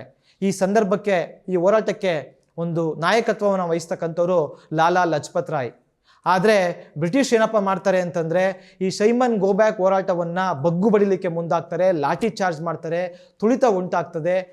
ಹಿರಿಯ ಲಾಲಾ ಲಜಪತ್ ರಾಯರವರು ಈ ಲಾಠಿ ಚಾರ್ಜ್ ಗೇಟಿಗೆ ಬಲಿಯಾಗಿ ಅವರು ಹುತಾತ್ಮರಾಗ್ತಾರೆ. ಇದು ಭಗತ್ ಸಿಂಗ್ ರವರ ಕೋಪವನ್ನು ಹೆಚ್ಚು ಮಾಡ್ತದೆ. ಕ್ರಾಂತಿಕಾರಿಗಳು ಮತ್ತಷ್ಟು ಉಗ್ರರಾಗ್ತಾರೆ. ಅಂದರೆ ಲಾಲಾ ಲಜಪತ್ ರಾಯರಿಗೂ ಭಗತ್ ಸಿಂಗ್ ರವರಿಗೂ ಭಿನ್ನತೆ ಇರ್ತದೆ. ದೇಶ ವಿಭಜನೆ ಕುರಿತು ಲಾಲಾ ಲಜಪತ್ ರಾಯ್ ಅವರ ವಿಚಾರವನ್ನು ಭಗತ್ ಸಿಂಗ್ ಒಪ್ಪೋದಿಲ್ಲ. ಆದರೆ ಲಾಲಾ ಲಜಪತ್ ರಾಯರವರ ಒಂದು ಹುತಾತ್ಮ ಕೊಲೆ ಏನಿದೆ, ಹತ್ಯೆ ಏನಿದೆ, ಅದಕ್ಕೆ ಸೇಡು ತೀರಿಸ್ಕೊಳ್ಳಿಕ್ಕೆ ಭಗತ್ ಸಿಂಗ್ ಮುಂದಾಗ್ತಾರೆ. ಅವರು ಮತ್ತು ಅವರ ಸಂಗಾತಿಗಳು ಒಂದು ಪ್ಲಾನನ್ನು ಮಾಡ್ತಾರೆ. ಅಂತಂದರೆ ಯಾರು ಜೇಮ್ಸ್ ಕ್ಯಾಟ್ ಅಂತಕ್ಕಂಥ ಒಬ್ಬ ಅಧಿಕಾರಿಯ ಆದೇಶದ ಮೇಲೆಗೆ ಲಾಲಾ ಲಜಪತ್ ರಾಯರನ್ನು ಕೊಲ್ಲಲಾಗಿರ್ತದೆ. ಹಾಗಾಗಿ ಆ ಜೇಮ್ಸ್ ಕ್ಯಾಟ್ ಅಂತಕ್ಕಂಥ ವ್ಯಕ್ತಿಯನ್ನು ಗುರುತಿಸಿ ಅವರನ್ನು ಕೊಲ್ತಕ್ಕಂಥ ಕೆಲಸವನ್ನು ಮಾಡಬೇಕು ಅಂತಕ್ಕಂಥದ್ದನ್ನ ಅವರು ಪ್ರಯತ್ನವನ್ನು ಮಾಡ್ತಾರೆ. ಹಾಗಾಗಿ ಭಗತ್ ಸಿಂಗ್, ರಾಜ್ಗುರು, ಚಂದ್ರಶೇಖರ್ ಆಜಾದ್ ಮತ್ತು ಸುಖದೇವ್ ಇವರೆಲ್ಲರೂ ಕೂಡಿ ಪ್ಲಾನನ್ನು ಮಾಡ್ತಾರೆ. ಆ ಪ್ಲಾನ್ನಲ್ಲಿ ಭಗತ್ ಸಿಂಗ್ ಮತ್ತು ರಾಜ್ಗುರು ಇಬ್ಬರು ಗುಂಡು ಹಾರಿಸ್ತಕ್ಕಂಥ ಒಂದು ಜವಾಬ್ದಾರಿಯನ್ನು ಹೊತ್ಕೊಳ್ತಾರೆ. ಅದೇ ರೀತಿಯಾಗಿ ಏನು ಜೈಗೋಪಾಲ್ ಅಂತ ಇರ್ತಾರೆ, ಅವರು ಜೇಮ್ಸ್ ಕ್ಯಾಟ್ ಯಾರು ಅಂತಕ್ಕಂಥದ್ದನ್ನ ಗುರುತಿಸಿ ಒಂದು ಮಾಹಿತಿ ಕೊಡ್ತಕ್ಕಂಥ ಹೊಣೆಯನ್ನು ಅವರು ವಹಿಸ್ಕೊಳ್ತಾರೆ. ಮತ್ತು ಏನು ಸುಖದೇವ್ ಇರ್ತಾರೆ, ಇವರು ಪ್ಲಾನನ್ನು ಮಾಡ್ತಕ್ಕಂಥದ್ದು. ಚಂದ್ರಶೇಖರ್ ಆಜಾದ್ ಏನಿರ್ತಾರೆ, ಅವರು ಕೊಲೆ ಮಾಡಿದ ನಂತರ ಅವ್ರನ್ನ ಎಸ್ಕಾರ್ಟ್ ಮಾಡಿ ಸೇಫಾಗಿ ಅವ್ರನ್ನ ಅಲ್ಲಿಂದ ಕರ್ಕೊಂಡು ಬರ್ತಕ್ಕಂಥ ಒಂದು ಕೆಲಸವನ್ನು ವಹಿಸ್ಕೊಳ್ತಾರೆ. ಇದರ ಆಧಾರದಲ್ಲಿ 17 ಡಿಸೆಂಬರ್ 1928ರಂದು ಜೇಮ್ಸ್ ಕ್ಯಾಟನ್ನು ಕೊಲ್ತಕ್ಕಂಥ ದಿನವನ್ನು ಗುರುತಿಸ್ತಾರೆ. ಅವರು ಪೊಲೀಸ್ ಸ್ಟೇಷನಿಂದ ಯಾವಾಗ ಹೊರಗಡೆ ಬರ್ತಾರೆ ಅಂತಕ್ಕಂಥದ್ದನ್ನ ಜೈಗೋಪಾಲ್ ವಾಚ್ ಮಾಡ್ತಾ ಇವರಿಗೆ ಮಾಹಿತಿ ಕೊಡಬೇಕಿರ್ತದೆ. ಅದೇ ರೀತಿಯಾಗಿ ಒಬ್ಬ ಪೊಲೀಸ್ ಅಧಿಕಾರಿ ಬರ್ತಾ ಇದ್ದಾನೆ ಬೈಕಲ್ಲಿ ಅಂತೇಳಿ ಜೈಗೋಪಾಲು ಭಗತ್ ಸಿಂಗ್ ಮತ್ತು ರಾಜ್ಗುರುಗೆ ಒಂದು ಮಾಹಿತಿಯನ್ನು ಕೊಡ್ತಾರೆ. ರಾಜ್ಗುರು ಮತ್ತು ಭಗತ್ ಸಿಂಗ್ ಆ ವ್ಯಕ್ತಿಯ ಮೇಲೆ ಗುಂಡನ್ನು ಹಾರಿಸ್ತಾರೆ, ಅವರನ್ನು ಕೊಲ್ತಾರೆ. ಕೊಂದ ನಂತರ ಅಲ್ಲಿಂದ ಅವರು ತಪ್ಪಿಸ್ಕೊಂಡು ಮುಂದಕ್ಕೆ ಹೋಗ್ತಾ ಇರ್ತಾರೆ. ಕೆಲವು ಕಾನ್ಸ್ಟೇಬಲ್ಗಳು ಅವ್ರನ್ನ ಅಟ್ಟಿಸ್ಕೊಂಡು ಬರ್ತಾ ಇರ್ತಾರೆ. ರಾಜ್ಗುರು ಹೇಳ್ತಾರೆ, ನೋಡಿ ನಾವು ಭಾರತೀಯ ಕಾನ್ಸ್ಟೇಬಲ್ಗಳು ಬೇರೆ, ನಮ್ಮ ಯಾವುದೇ ವೈಯಕ್ತಿಕ ದ್ವೇಷ ಇಲ್ಲ, ಬ್ರಿಟಿಷರ ಮೇಲೆ ಮಾತ್ರ ನಮ್ಮ ದ್ವೇಷ ಇರೋದು, ದಯವಿಟ್ಟು ಬರಬೇಡಿ, ನೀವು ಹೋಗಿ ಅಂತ ಒಂದು ಹೇಳ್ತಾರೆ. ಆದರೂ ಕೂಡ ಕಾನ್ಸ್ಟೇಬಲ್ ಅವ್ರನ್ನ ಹಿಂಬಾಲಿಸಿದಾಗ ರಾಜ್ಗುರು ಗುಂಡನ್ನು ಆರಿಸಿ ಚರಣ್ ಸಿಂಗ್ ಅಂತಕ್ಕಂಥ ಒಬ್ಬ ಕಾನ್ಸ್ಟೇಬಲನ್ನು ಕೊಲ್ತಾರೆ. ಅಲ್ಲಿಂದ ಸೈಕಲ್ ಮೇಲೆ ಹತ್ತಿ ಅವರು ತಪ್ಪಿಸ್ಕೊಳ್ತಾರೆ. ಅದಕ್ಕೆ ಚಂದ್ರಶೇಖರ್ ಆಜಾದ್ ಅವರು ಒಂದು ಸಹಾಯವನ್ನು ಮಾಡ್ತಾರೆ. ಆದರೆ ಆಮೇಲೆ ಗೊತ್ತಾಗುತ್ತೆ ಅವ್ರಿಗೆ ತಾವು ಕೊಂದಿರ್ತಕ್ಕಂಥದ್ದು ಜೇಮ್ಸ್ ಕ್ಯಾಟ್ ಅಲ್ಲ, ಸ್ಯಾಂಡರ್ಸ್ ಅಂತಕ್ಕಂಥ ಮತ್ತೊಬ್ಬ ಅಧಿಕಾರಿ. ಜೈಗೋಪಾಲ್ರವರು ತಪ್ಪಾಗಿ ಬೇರೆ ವ್ಯಕ್ತಿಯನ್ನು ಗುರುತಿಸಿರ್ತಾರೆ ಅಂತೇಳಿ. ಸರಿ, ಯಾವುದೋ ಒಬ್ಬ ಅಧಿಕಾರಿನ ನಾವು ಕೊಂದ್ವಿ, ಈ ಕೊಂದಿರ್ತಕ್ಕಂಥದ್ದು ಯಾಕಪ್ಪ ಅಂತಂದರೆ ನೀವು ಲಾಲಾ ಲಜಪತ್ ರಾಯನ ಕೊಂದಿದ್ರಲ್ಲ, ಅದಕ್ಕೆ ಸೇಡನ್ನು ತೀರಿಸ್ಕೊಂಡಿದ್ದೀವಿ ಅಂತೇಳಿ ಬಲ್ರಾಜ್ ಅಂತಕ್ಕಂಥ ಒಬ್ಬರ ಹೆಸರಿನಲ್ಲಿ ಎಲ್ಲ ಕಡೆ ಪೋಸ್ಟರ್ಗಳನ್ನ ಅಂಟಿಸ್ತಾರೆ. ಈ ಬಲ್ರಾಜ್ ಯಾರಪ್ಪ ಅಂತಂದರೆ ಚಂದ್ರಶೇಖರ್ ಆಜಾದ್ರವರ ಒಂದು ಸೂಡೋ ನೇಮ್ ಆಗಿರ್ತದೆ. ಈ ರೀತಿಯಾಗಿ ಅವರು ಒಂದು ಸಂಘಟನೆಯನ್ನು ಮುನ್ನಡೆಸ್ತಾರೆ, ಬ್ರಿಟಿಷರ ವಿರುದ್ಧ ಸೇಡನ್ನು ತೀರಿಸ್ಕೊಳ್ತಾರೆ. ಇದು ಬ್ರಿಟಿಷರಿಗೆ ನುಂಗಲಾರದ ತುಪ್ಪವಾಗಿರ್ತದೆ. ಕೇವಲ 23-20 ವರ್ಷದ ಈ ಯುವಕರು ನಮ್ಮ ಒಬ್ಬ ಅಧಿಕಾರಿನ ಕೊಲ್ತಾರೆ ಅಂದರೆ ಏನು, ಅವ್ರನ್ನ ನಾವು ಜೀವ ಸಮೇತ ಹಿಡಿಬೇಕು ಅಂತೇಳಿ ಇಡೀ ಪೊಲೀಸರು ಲಾಹೋರ್ನ ಪೂರ್ತಿ ಬಂದ್ ಮಾಡ್ತಾರೆ, ಎಲ್ಲ ಕಡೆ ನಾಕಾಬಂದಿಯನ್ನು ಹಾಕ್ತಾರೆ. ಅವರು ಈ ಲಾಹೋರ್ ಬಿಟ್ಟು ತಪ್ಪಿಸ್ಕೊಳ್ಳೋಕ್ಕೆ ಸಾಧ್ಯ ಆಗೋದಿಲ್ಲ ಅಂತಕ್ಕಂಥ ಒಂದು ಪೊಲೀಸ್ ಫೋರ್ಸನ್ನು ಏರ್ತಾರೆ. ಈ ಸಂದರ್ಭದಲ್ಲಿ ಸುಖದೇವ್ ಮತ್ತೊಂದು ಪ್ಲಾನನ್ನು ಮಾಡ್ತಾರೆ. ದುರ್ಗಾದೇವಿ ಅಂತಕ್ಕಂಥ ಒಬ್ಬ ಹೋರಾಟಗಾರ್ತಿ, ಅವರನ್ನು ಸುಜಾತ ಅಂತೇಳಿ ಅವ್ರ ಹೆಸರನ್ನು ಬದಲಿಸ್ತಾರೆ. ಭಗತ್ ಸಿಂಗ್ರವ್ರಿಗೆ ರಣಜೀತ್ ಅಂತಕ್ಕಂಥ ಹೆಸರನ್ನ ಬದಲಿಸಿ ಅವರು ಸುಜಾತಾರವರ ಪತಿಯ ರೀತಿ ಆ್ಯಕ್ಟಿಂಗ್ ಮಾಡೋ ರೀತಿಯಲ್ಲಿ ಅವರಿಗೆ ವೇಷಭೂಷಣವನ್ನು ಮಾಡ್ತಾರೆ. ಈ ರೀತಿಯಾಗಿ ಮಾಡಿ ಆ ಒಂದು ರಾಜ್ಗುರು ಅವರು ಅವರ ಸಹಾಯಕನಂತೆ ಇದ್ದು ಅವರು ಲಾಹೋರ್ನಿಂದ ಕಲ್ಕತ್ತಾ ಟ್ರೈನ್ ಹತ್ತಿ ಅಲ್ಲಿಂದ ತಪ್ಪಿಸ್ಕೊಳ್ತಾರೆ. ಇದಾದ ನಂತರ ಕಲ್ಕತ್ತಾದಲ್ಲಿ ಕಾಂಗ್ರೆಸ್ ಅಧಿವೇಶನ ನಡೀತಾ ಇರ್ತದೆ. ಅದರಲ್ಲಿ ಎಲ್ಲ ಕ್ರಾಂತಿಕಾರಿಗಳು ಭಾಗವಹಿಸಿದಾಗ ಅವರಿಗೆ ನಿರಾಶೆ ಆಗ್ತದೆ. ಈ ಕಾಂಗ್ರೆಸ್ ಅಂತಕ್ಕಂಥದ್ದು ಕೇವಲ ಮೇಲ್ಜಾತಿಗಳ ಪಕ್ಷ, ಅದು ಈ ರೀತಿ ಹೋರಾಟ ಮಾಡಿದ್ರೆ ಭಾರತಕ್ಕೆ ಸ್ವಾತಂತ್ರ್ಯ ಬರಲ್ಲ ಅಂತೇಳಿ ಅವ್ರ ವಿರುದ್ಧ ಭಿನ್ನಾಭಿಪ್ರಾಯಕ್ಕೆ ಬಂದು ತಮ್ಮ ಏನು ಮಾರ್ಗ ಇದೆ ಅದೇ ಸರಿಯಾದ ಮಾರ್ಗ ಅಂತಕ್ಕೆ ಅದಕ್ಕೆ ಸ್ಟಿಕನ್ ಆಗ್ತಾರೆ. ಅವರು ಹೋರಾಟವನ್ನು ಮುಂದುವರಿಸ್ತಾರೆ. ಈ ಸಂದರ್ಭದಲ್ಲಿ ಭಗತ್ ಸಿಂಗ್ರವರು ಮತ್ತೊಂದು ಪ್ರಕರಣಕ್ಕೆ ಈಡಾಗ್ತಾರೆ. ಅದೇನಪ್ಪ ಅಂತಂದರೆ, ಆವಾಗ ಬ್ರಿಟಿಷ್ ಸರ್ಕಾರ 2 ಬಿಲ್ಲನ್ನು ಭಾರತದಲ್ಲಿ ಇದು ಪರಿಚಯಿಸ್ತಾ ಇರ್ತದೆ. ಒಂದು ಟ್ರೇಡ್ ಡಿಸ್ಪ್ಯೂಟ್ ಬಿಲ್, ಮತ್ತೊಂದು ಪಬ್ಲಿಕ್ ಸೇಫ್ಟಿ ಬಿಲ್ ಅಂತೇಳಿ ಲಾರ್ಡ್ ಇರ್ವಿನ್ ಅವರು ಅದನ್ನು ಪರಿಚಯಿಸ್ತಾ ಇದ್ದಾರೆ. ಅದೇನಪ್ಪ ಅಂತಂದರೆ, ಯಾರಾದರೂ ನಮ್ಮ ಹೋರಾಟ ಮಾಡಿದ್ರೆ ಭಾರತೀಯರು ಅವ್ರನ್ನ ವಿಚಾರಣೆ ಮಾಡಲಿಕ್ಕೆ ಯಾವುದೇ ನೋಟಿಸ್ ಕೊಡ್ದೇ ಅವ್ರನ್ನ ಎತ್ತಾಕೊಂಡು ಹೋಗ್ಬೋದು, ಎಷ್ಟು ದಿನ ಬೇಕಾದರೂ ಇಟ್ಕೊಳ್ಬೋದು, ಎಲ್ಲಿ ಬೇಕಾದರೂ ಅವ್ರನ್ನ ವಿಚಾರಣೆ ಮಾಡ್ಬೋದು ಅಂತಕ್ಕಂಥ ಅಪಾಯಕಾರಿ ಅಂಶಗಳು ಆ ಬಿಲ್ಗಳಿರ್ತವೆ. ಹಾಗಾಗಿ ಇದನ್ನು ವಿರೋಧಿಸಬೇಕು ಅಂತೇಳಿ ಭಗತ್ ಸಿಂಗ್ ಮತ್ತು ಆತನ ಸಂಗಾತಿಗಳು ಒಂದು ದೃಢ ನಿರ್ಧಾರವನ್ನು ಮಾಡ್ತಾರೆ. ಹಾಗಾಗಿ ಅವರು 1929 ಏಪ್ರಿಲ್ 8ನೇ ತಾರೀಕು ಪಾರ್ಲಿಮೆಂಟ್ ಮೇಲೆ ಬಾಂಬನ್ನು ಹಾಕ್ತಾರೆ. ಈಗ ನಾವು ಆಗಸ್ಟ್ ವೇಲಿಯಂಟು ಫ್ರೆಂಚ್ ಕ್ರಾಂತಿಕಾರಿ ಏನು ಮಾಡಿದ್ರು ಅದನ್ನು ನೆನಪಿಸ್ಕೊಳ್ಬೋದು. ಅವತ್ತು ಅವ್ರು ಹೇಳಿದರು, ಕಿವಿ ಕೇಳದೇ ಇರೋರಿಗೆ ಕೇಳಿಸ್ಬೇಕು ಅಂದರೆ ನಾವು ದೊಡ್ಡ ಶಬ್ದವನ್ನು ಮಾಡಬೇಕು ಅಂತ. ಇವತ್ತು ಕೂಡ ಭಗತ್ ಸಿಂಗ್ ಮತ್ತು ಬಟುಕೇಶ್ವರ್ ದತ್ ಇಬ್ಬರು ಸೇರಿ ಪಾರ್ಲಿಮೆಂಟ್ ಒಳಗೆ ಹೋಗಿ ಅಲ್ಲಿ ಜನರಿಗೆ ಜೀವ ಹಾನಿ ಆಗದ ರೀತಿಯಲ್ಲಿ ಎಚ್ಚರಿಕೆ ವಹಿಸಿ ಖಾಲಿ ಜಾಗಕ್ಕೆ ಬಾಂಬನ್ನು ಹಾಕ್ತಾರೆ ಮತ್ತು ತಮ್ಮ ಕರಪತ್ರಗಳನ್ನ ಎಸಿತಾರೆ. ಇಂಕ್ವಿಲಾಬ್ ಜಿಂದಾಬಾದ್ ಅಂತಕ್ಕಂಥ ಘೋಷಣೆಗಳನ್ನ ಕೂಗ್ತಾರೆ, ಸಾಮ್ರಾಜ್ಯವಾದ್ ಮುರ್ದಾಬಾದ್ ಅಂತಕ್ಕಂಥ ಘೋಷಣೆಗಳನ್ನ ಕೂಗ್ತಾರೆ. ಅದಾದಮೇಲೆ ಅವರು ಅಲ್ಲಿಂದ ತಪ್ಪಿಸ್ಕೊಳ್ಳಿಕ್ಕೆ ಪ್ರಯತ್ನ ಮಾಡಲ್ಲ, ಬದಲಿಗೆ ಸರೆಂಡರ್ ಆಗ್ತಾರೆ. ಯಾಕೆ ಇವರು ಸರೆಂಡರ್ ಆಗ್ತಾರಪ್ಪ ಅಂತಂದರೆ, ಕೋರ್ಟ್ನಲ್ಲಿ ತಮ್ಮ ವಾದವನ್ನು ಮುಂದಿಡ್ಬೋದು, ಬ್ರಿಟಿಷರು ಯಾವ ರೀತಿ ಈ ದೇಶಕ್ಕೆ ಅನ್ಯಾಯ ಮಾಡ್ತಾ ಇದ್ದಾರೆ ಅಂತಕ್ಕಂಥದ್ದನ್ನ ನಾವು ಜನರಿಗೆ ತಿಳಿಸ್ಬೋದು ಅಂತೇಳಿ ಅವರು ಸರೆಂಡರ್ ಆಗ್ತಾರೆ. ಬ್ರಿಟಿಷರು ಅವರಿಬ್ಬರ ಮೇಲೆ ದೇಶದ್ರೋಹದ ಆರೋಪವನ್ನು ಹೊರಿಸಿ ಅವರನ್ನು ಬಂಧಿಸ್ತಾರೆ. ಈ ಸಂದರ್ಭದಲ್ಲಿ ಜವಾಹರ್ಲಾಲ್ ನೆಹರು ಮತ್ತು ಗಾಂಧೀಜಿಯವರು ಈ ಬಂಧನವನ್ನು ವಿರೋಧಿಸ್ತಾರೆ. ಆ ಕ್ರಾಂತಿಕಾರಿಗಳು ಮಾಡಿರೋದು ಸರಿ ಇದೆ, ಅವ್ರನ್ನ ಬಂಧನ ಮಾಡಬಾರ್ದು ಅಂತ ಹೇಳ್ತಾರೆ. ಆದರೆ ಮೋತಿಲಾಲ್ ನೆಹರು ಮಾತ್ರ ಈ ಯುವಜನರ ಕೃತ್ಯ ಸರಿಯಲ್ಲ ಅಂತೇಳಿ ಅವ್ರನ್ನ ಖಂಡಿಸ್ತಾರೆ.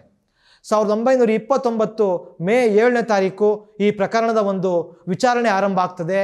ಕೋರ್ಟಲ್ಲಿ ಭಗತ್ ಸಿಂಗ್ ತಮ್ಮ ಅದ್ಭುತ ವಾಗ್ಝರಿಯ ಮೂಲಕ ತಮ್ಮ ವಿಚಾರಗಳನ್ನ ಪ್ರಸ್ತುತಪಡಿಸ್ತಾರೆ. ಆ ಮೂಲಕ ಅವರು ಇಡೀ ಒಂದು ದೇಶಾದ್ಯಂತ ಪ್ರಚಾರವನ್ನು ಪಡಿತಾರೆ. ಬಹಳಷ್ಟು ಯುವಜನರು ನಮ್ಮ ರೋಲ್ ಮಾಡೆಲ್ ಭಗತ್ ಸಿಂಗ್ ಅಂತಕ್ಕಂಥದ್ದನ್ನ ಅವರು ಅವತ್ತು ಊಹಿಸ್ಕೊಳ್ತಾರೆ ಮತ್ತು ಭಗತ್ ಸಿಂಗ್ನ ಆರಾಧ್ಯ ದೈವ ಅಂತ ಹೇಳ್ತಾರೆ. ಬಹಳಷ್ಟು ಜನ ಹೇಳ್ತಾರೆ ಭಗತ್ ಸಿಂಗ್ ಹಿಂಸಾವಾದಿ ಅಂತ, ಆದರೆ ಅಲ್ಲ. ಭಗತ್ ಸಿಂಗ್ ಈ ದೇಶದ ಒಂದು ಸ್ವಾತಂತ್ರ್ಯ ಮತ್ತು ಸಮಾನತೆಗೋಸ್ಕರ ಹೋರಾಡಿದಂಥ ಒಬ್ಬ ಯುವಕ.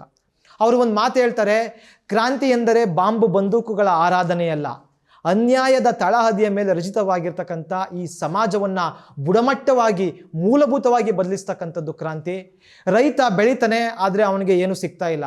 ಒಬ್ಬ ದರ್ಜಿ ಬಟ್ಟೆಯನ್ನು ಹೊಲಿತಾನೆ, ಆದರೆ ಅವನಿಗೆ ಒಳ್ಳೆ ಬಟ್ಟೆಗಳಿಲ್ಲ. ಕಾರ್ಮಿಕರು ಫ್ಯಾಕ್ಟ್ರಿಗಳಲ್ಲಿ ದುಡಿತಾರೆ, ಅವರಿಗೆ ಹೊಟ್ಟೆ ತುಂಬ ಊಟ ಇಲ್ಲ. ಇಂಥ ಶೋಷಣೆ ನಡೀತಾ ಇದೆ. ಇದನ್ನು ತಪ್ಪಿಸಿ ಅವ್ರನ್ನ ವಿಮೋಚನೆ ಮಾಡ್ತಕ್ಕಂಥದ್ದೇ ಕ್ರಾಂತಿ. ಅದಕ್ಕೋಸ್ಕರ ನಾನು ಹೋರಾಟ ಮಾಡ್ತಾ ಇದ್ದೀನಿ ಅಂತೇಳಿ ಕೋರ್ಟ್ಗಳಲ್ಲಿ ಭಗತ್ ಸಿಂಗ್ ಈ ವಿಚಾರವನ್ನು ಮುಂದಿಡ್ತಾರೆ. ಸರ್ಫರೋಶಿಕಿ ತಮನ್ನ ಅಬ್ ಹಮಾರೆ ದಿಲ್ ಮೆ ಹೈ ಅಂತಕ್ಕಂಥ ಹಾಡುಗಳನ್ನ ಆಡ್ತಾರೆ. ಆ ಮೂಲಕ ಅವರು ಕೆಲವೇ ದಿನಗಳಲ್ಲಿ ಇಡೀ ದೇಶಾದ್ಯಂತ ಯುವಜನರ ಐಕಾನ್ ಆಗಿ ಹೊರಹೊಮ್ತಾರೆ. ಭಗತ್ ಸಿಂಗ್ ಜೈಲಿನಲ್ಲಿದ್ದಾಗ ಮತ್ತೊಂದು ಹೋರಾಟವನ್ನು ಶುರು ಮಾಡ್ತಾರೆ, ಅದಂದರೆ ಉಪವಾಸ ಸತ್ಯಾಗ್ರಹ. ನಮ್ಮನ್ನು ನೀವು ರಾಜಕೀಯ ಕೈದಿಗಳ ಥರ ನೋಡ್ಸ್ಕೊಳ್ಬೇಕು. ಇಲ್ಲಿನ ಕೈದಿಗಳಿಗೂ ಕೂಡ ಹಕ್ಕುಗಳಿವೆ. ಅವಳಿಗೆ ಒಳ್ಳೆ ಆಹಾರ ಕೊಡಬೇಕು, ಅವರಿಗೆ ದಿನಪತ್ರಿಕೆಗಳನ್ನ ಓದಲಿಕ್ಕೆ ಅವಕಾಶ ಮಾಡಿಕೊಡ್ಬೇಕು, ಪುಸ್ತಕಗಳನ್ನ ಓದಲಿಕ್ಕೆ ಅವಕಾಶ ಮಾಡಿಕೊಡ್ಬೇಕು, ಗ್ರಂಥಾಲಯ ಇರಬೇಕು ಅಂತಕ್ಕಂಥ ಡಿಮ್ಯಾಂಡನ್ನು ಇಟ್ಟು ಸುಮಾರು 56 ದಿನಗಳ ಕಾಲ ಭಗತ್ ಸಿಂಗ್ ಉಪವಾಸ ಸತ್ಯಾಗ್ರಹವನ್ನು ಮಾಡ್ತಾರೆ. ಆ ಸಂದರ್ಭದಲ್ಲಿ ಜವಾಹರ್ಲಾಲ್ ನೆಹರು ಸಹ ಜೈಲಿಗೆ ಭೇಟಿ ನೀಡಿ ಭಗತ್ ಸಿಂಗ್ ರವರನ್ನು ಭೇಟಿ ಮಾಡಿ ದಯವಿಟ್ಟು ಉಪವಾಸ ಸತ್ಯಾಗ್ರಹ ಕೈಬಿಡಿ ಅಂತ ಮನವಿ ಮಾಡ್ತಾರೆ. ಒಂದು ಕಡೆ ಜೈಲಿನಲ್ಲಿ ಈ ಕ್ರಾಂತಿಕಾರಿಗಳು ಉಪವಾಸ ಸತ್ಯಾಗ್ರಹ ಹೋರಾಟ ಮಾಡ್ತಾ ಇದ್ರೆ, ಇನ್ನೊಂದು ಕಡೆ ಇಡೀ ದೇಶಾದ್ಯಂತ ಯುವಜನರು ದೊಡ್ಡ ಅವರನ್ನು ಬೆಂಬಲಿಸಿ ಪ್ರತಿಭಟನೆ ಹೋರಾಟವನ್ನು ಮಾಡ್ತಾ ಇರ್ತಾರೆ. ಇವರು ಜೈಲಿನಲ್ಲಿ ಹೋರಾಟ ಮಾಡ್ತಿರ್ಬೇಕಾದ್ರೆ ಹುಷಾರ್ ತಪ್ತಾರೆ, ಆಹಾರ ಇಲ್ಲದೆ ನಿತ್ರಾಣರಾಗ್ತಾರೆ. ಅವರು ಕೋರ್ಟ್ಗೆ ಹಿಯರಿಂಗ್ಗೆ ಹಾಜರಾಗಕ್ಕಾಗಲ್ಲ.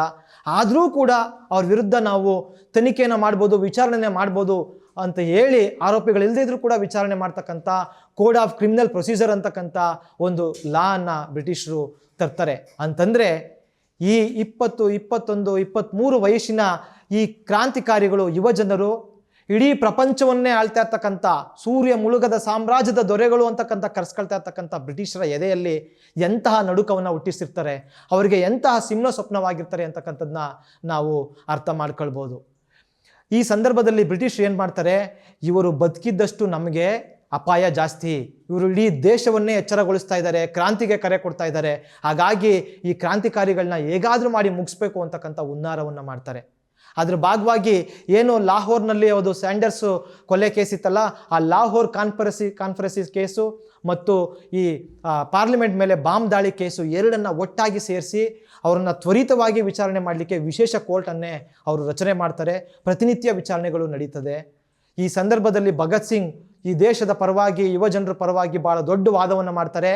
ನಾವು ಮಾಡ್ತಾ ಇರ್ತಕ್ಕಂಥದ್ದು ಸರಿ, ಈ ದೇಶಕ್ಕೆ ನಾಯಿ ನರಿಗಳ ರೀತಿಯಲ್ಲಿ ನೀವು ನುಗ್ಗಿ ನಮ್ಮನ್ನು ಶೋಷಣೆ ಮಾಡ್ತಾ ಇದ್ರಲ್ಲ, ನೀವು ಅಪರಾಧಿಗಳು, ನೀವು ಈ ದೇಶ ಬಿಟ್ಟು ಹೋಗಿ ಅಂತೇಳಿ ಬಹಿರಂಗವಾಗಿ ಭಗತ್ ಸಿಂಗ್ ತಾನೇ ತನ್ನ ಪರವಾಗಿ ವಾದವನ್ನು ಮಾಡ್ತಾರೆ.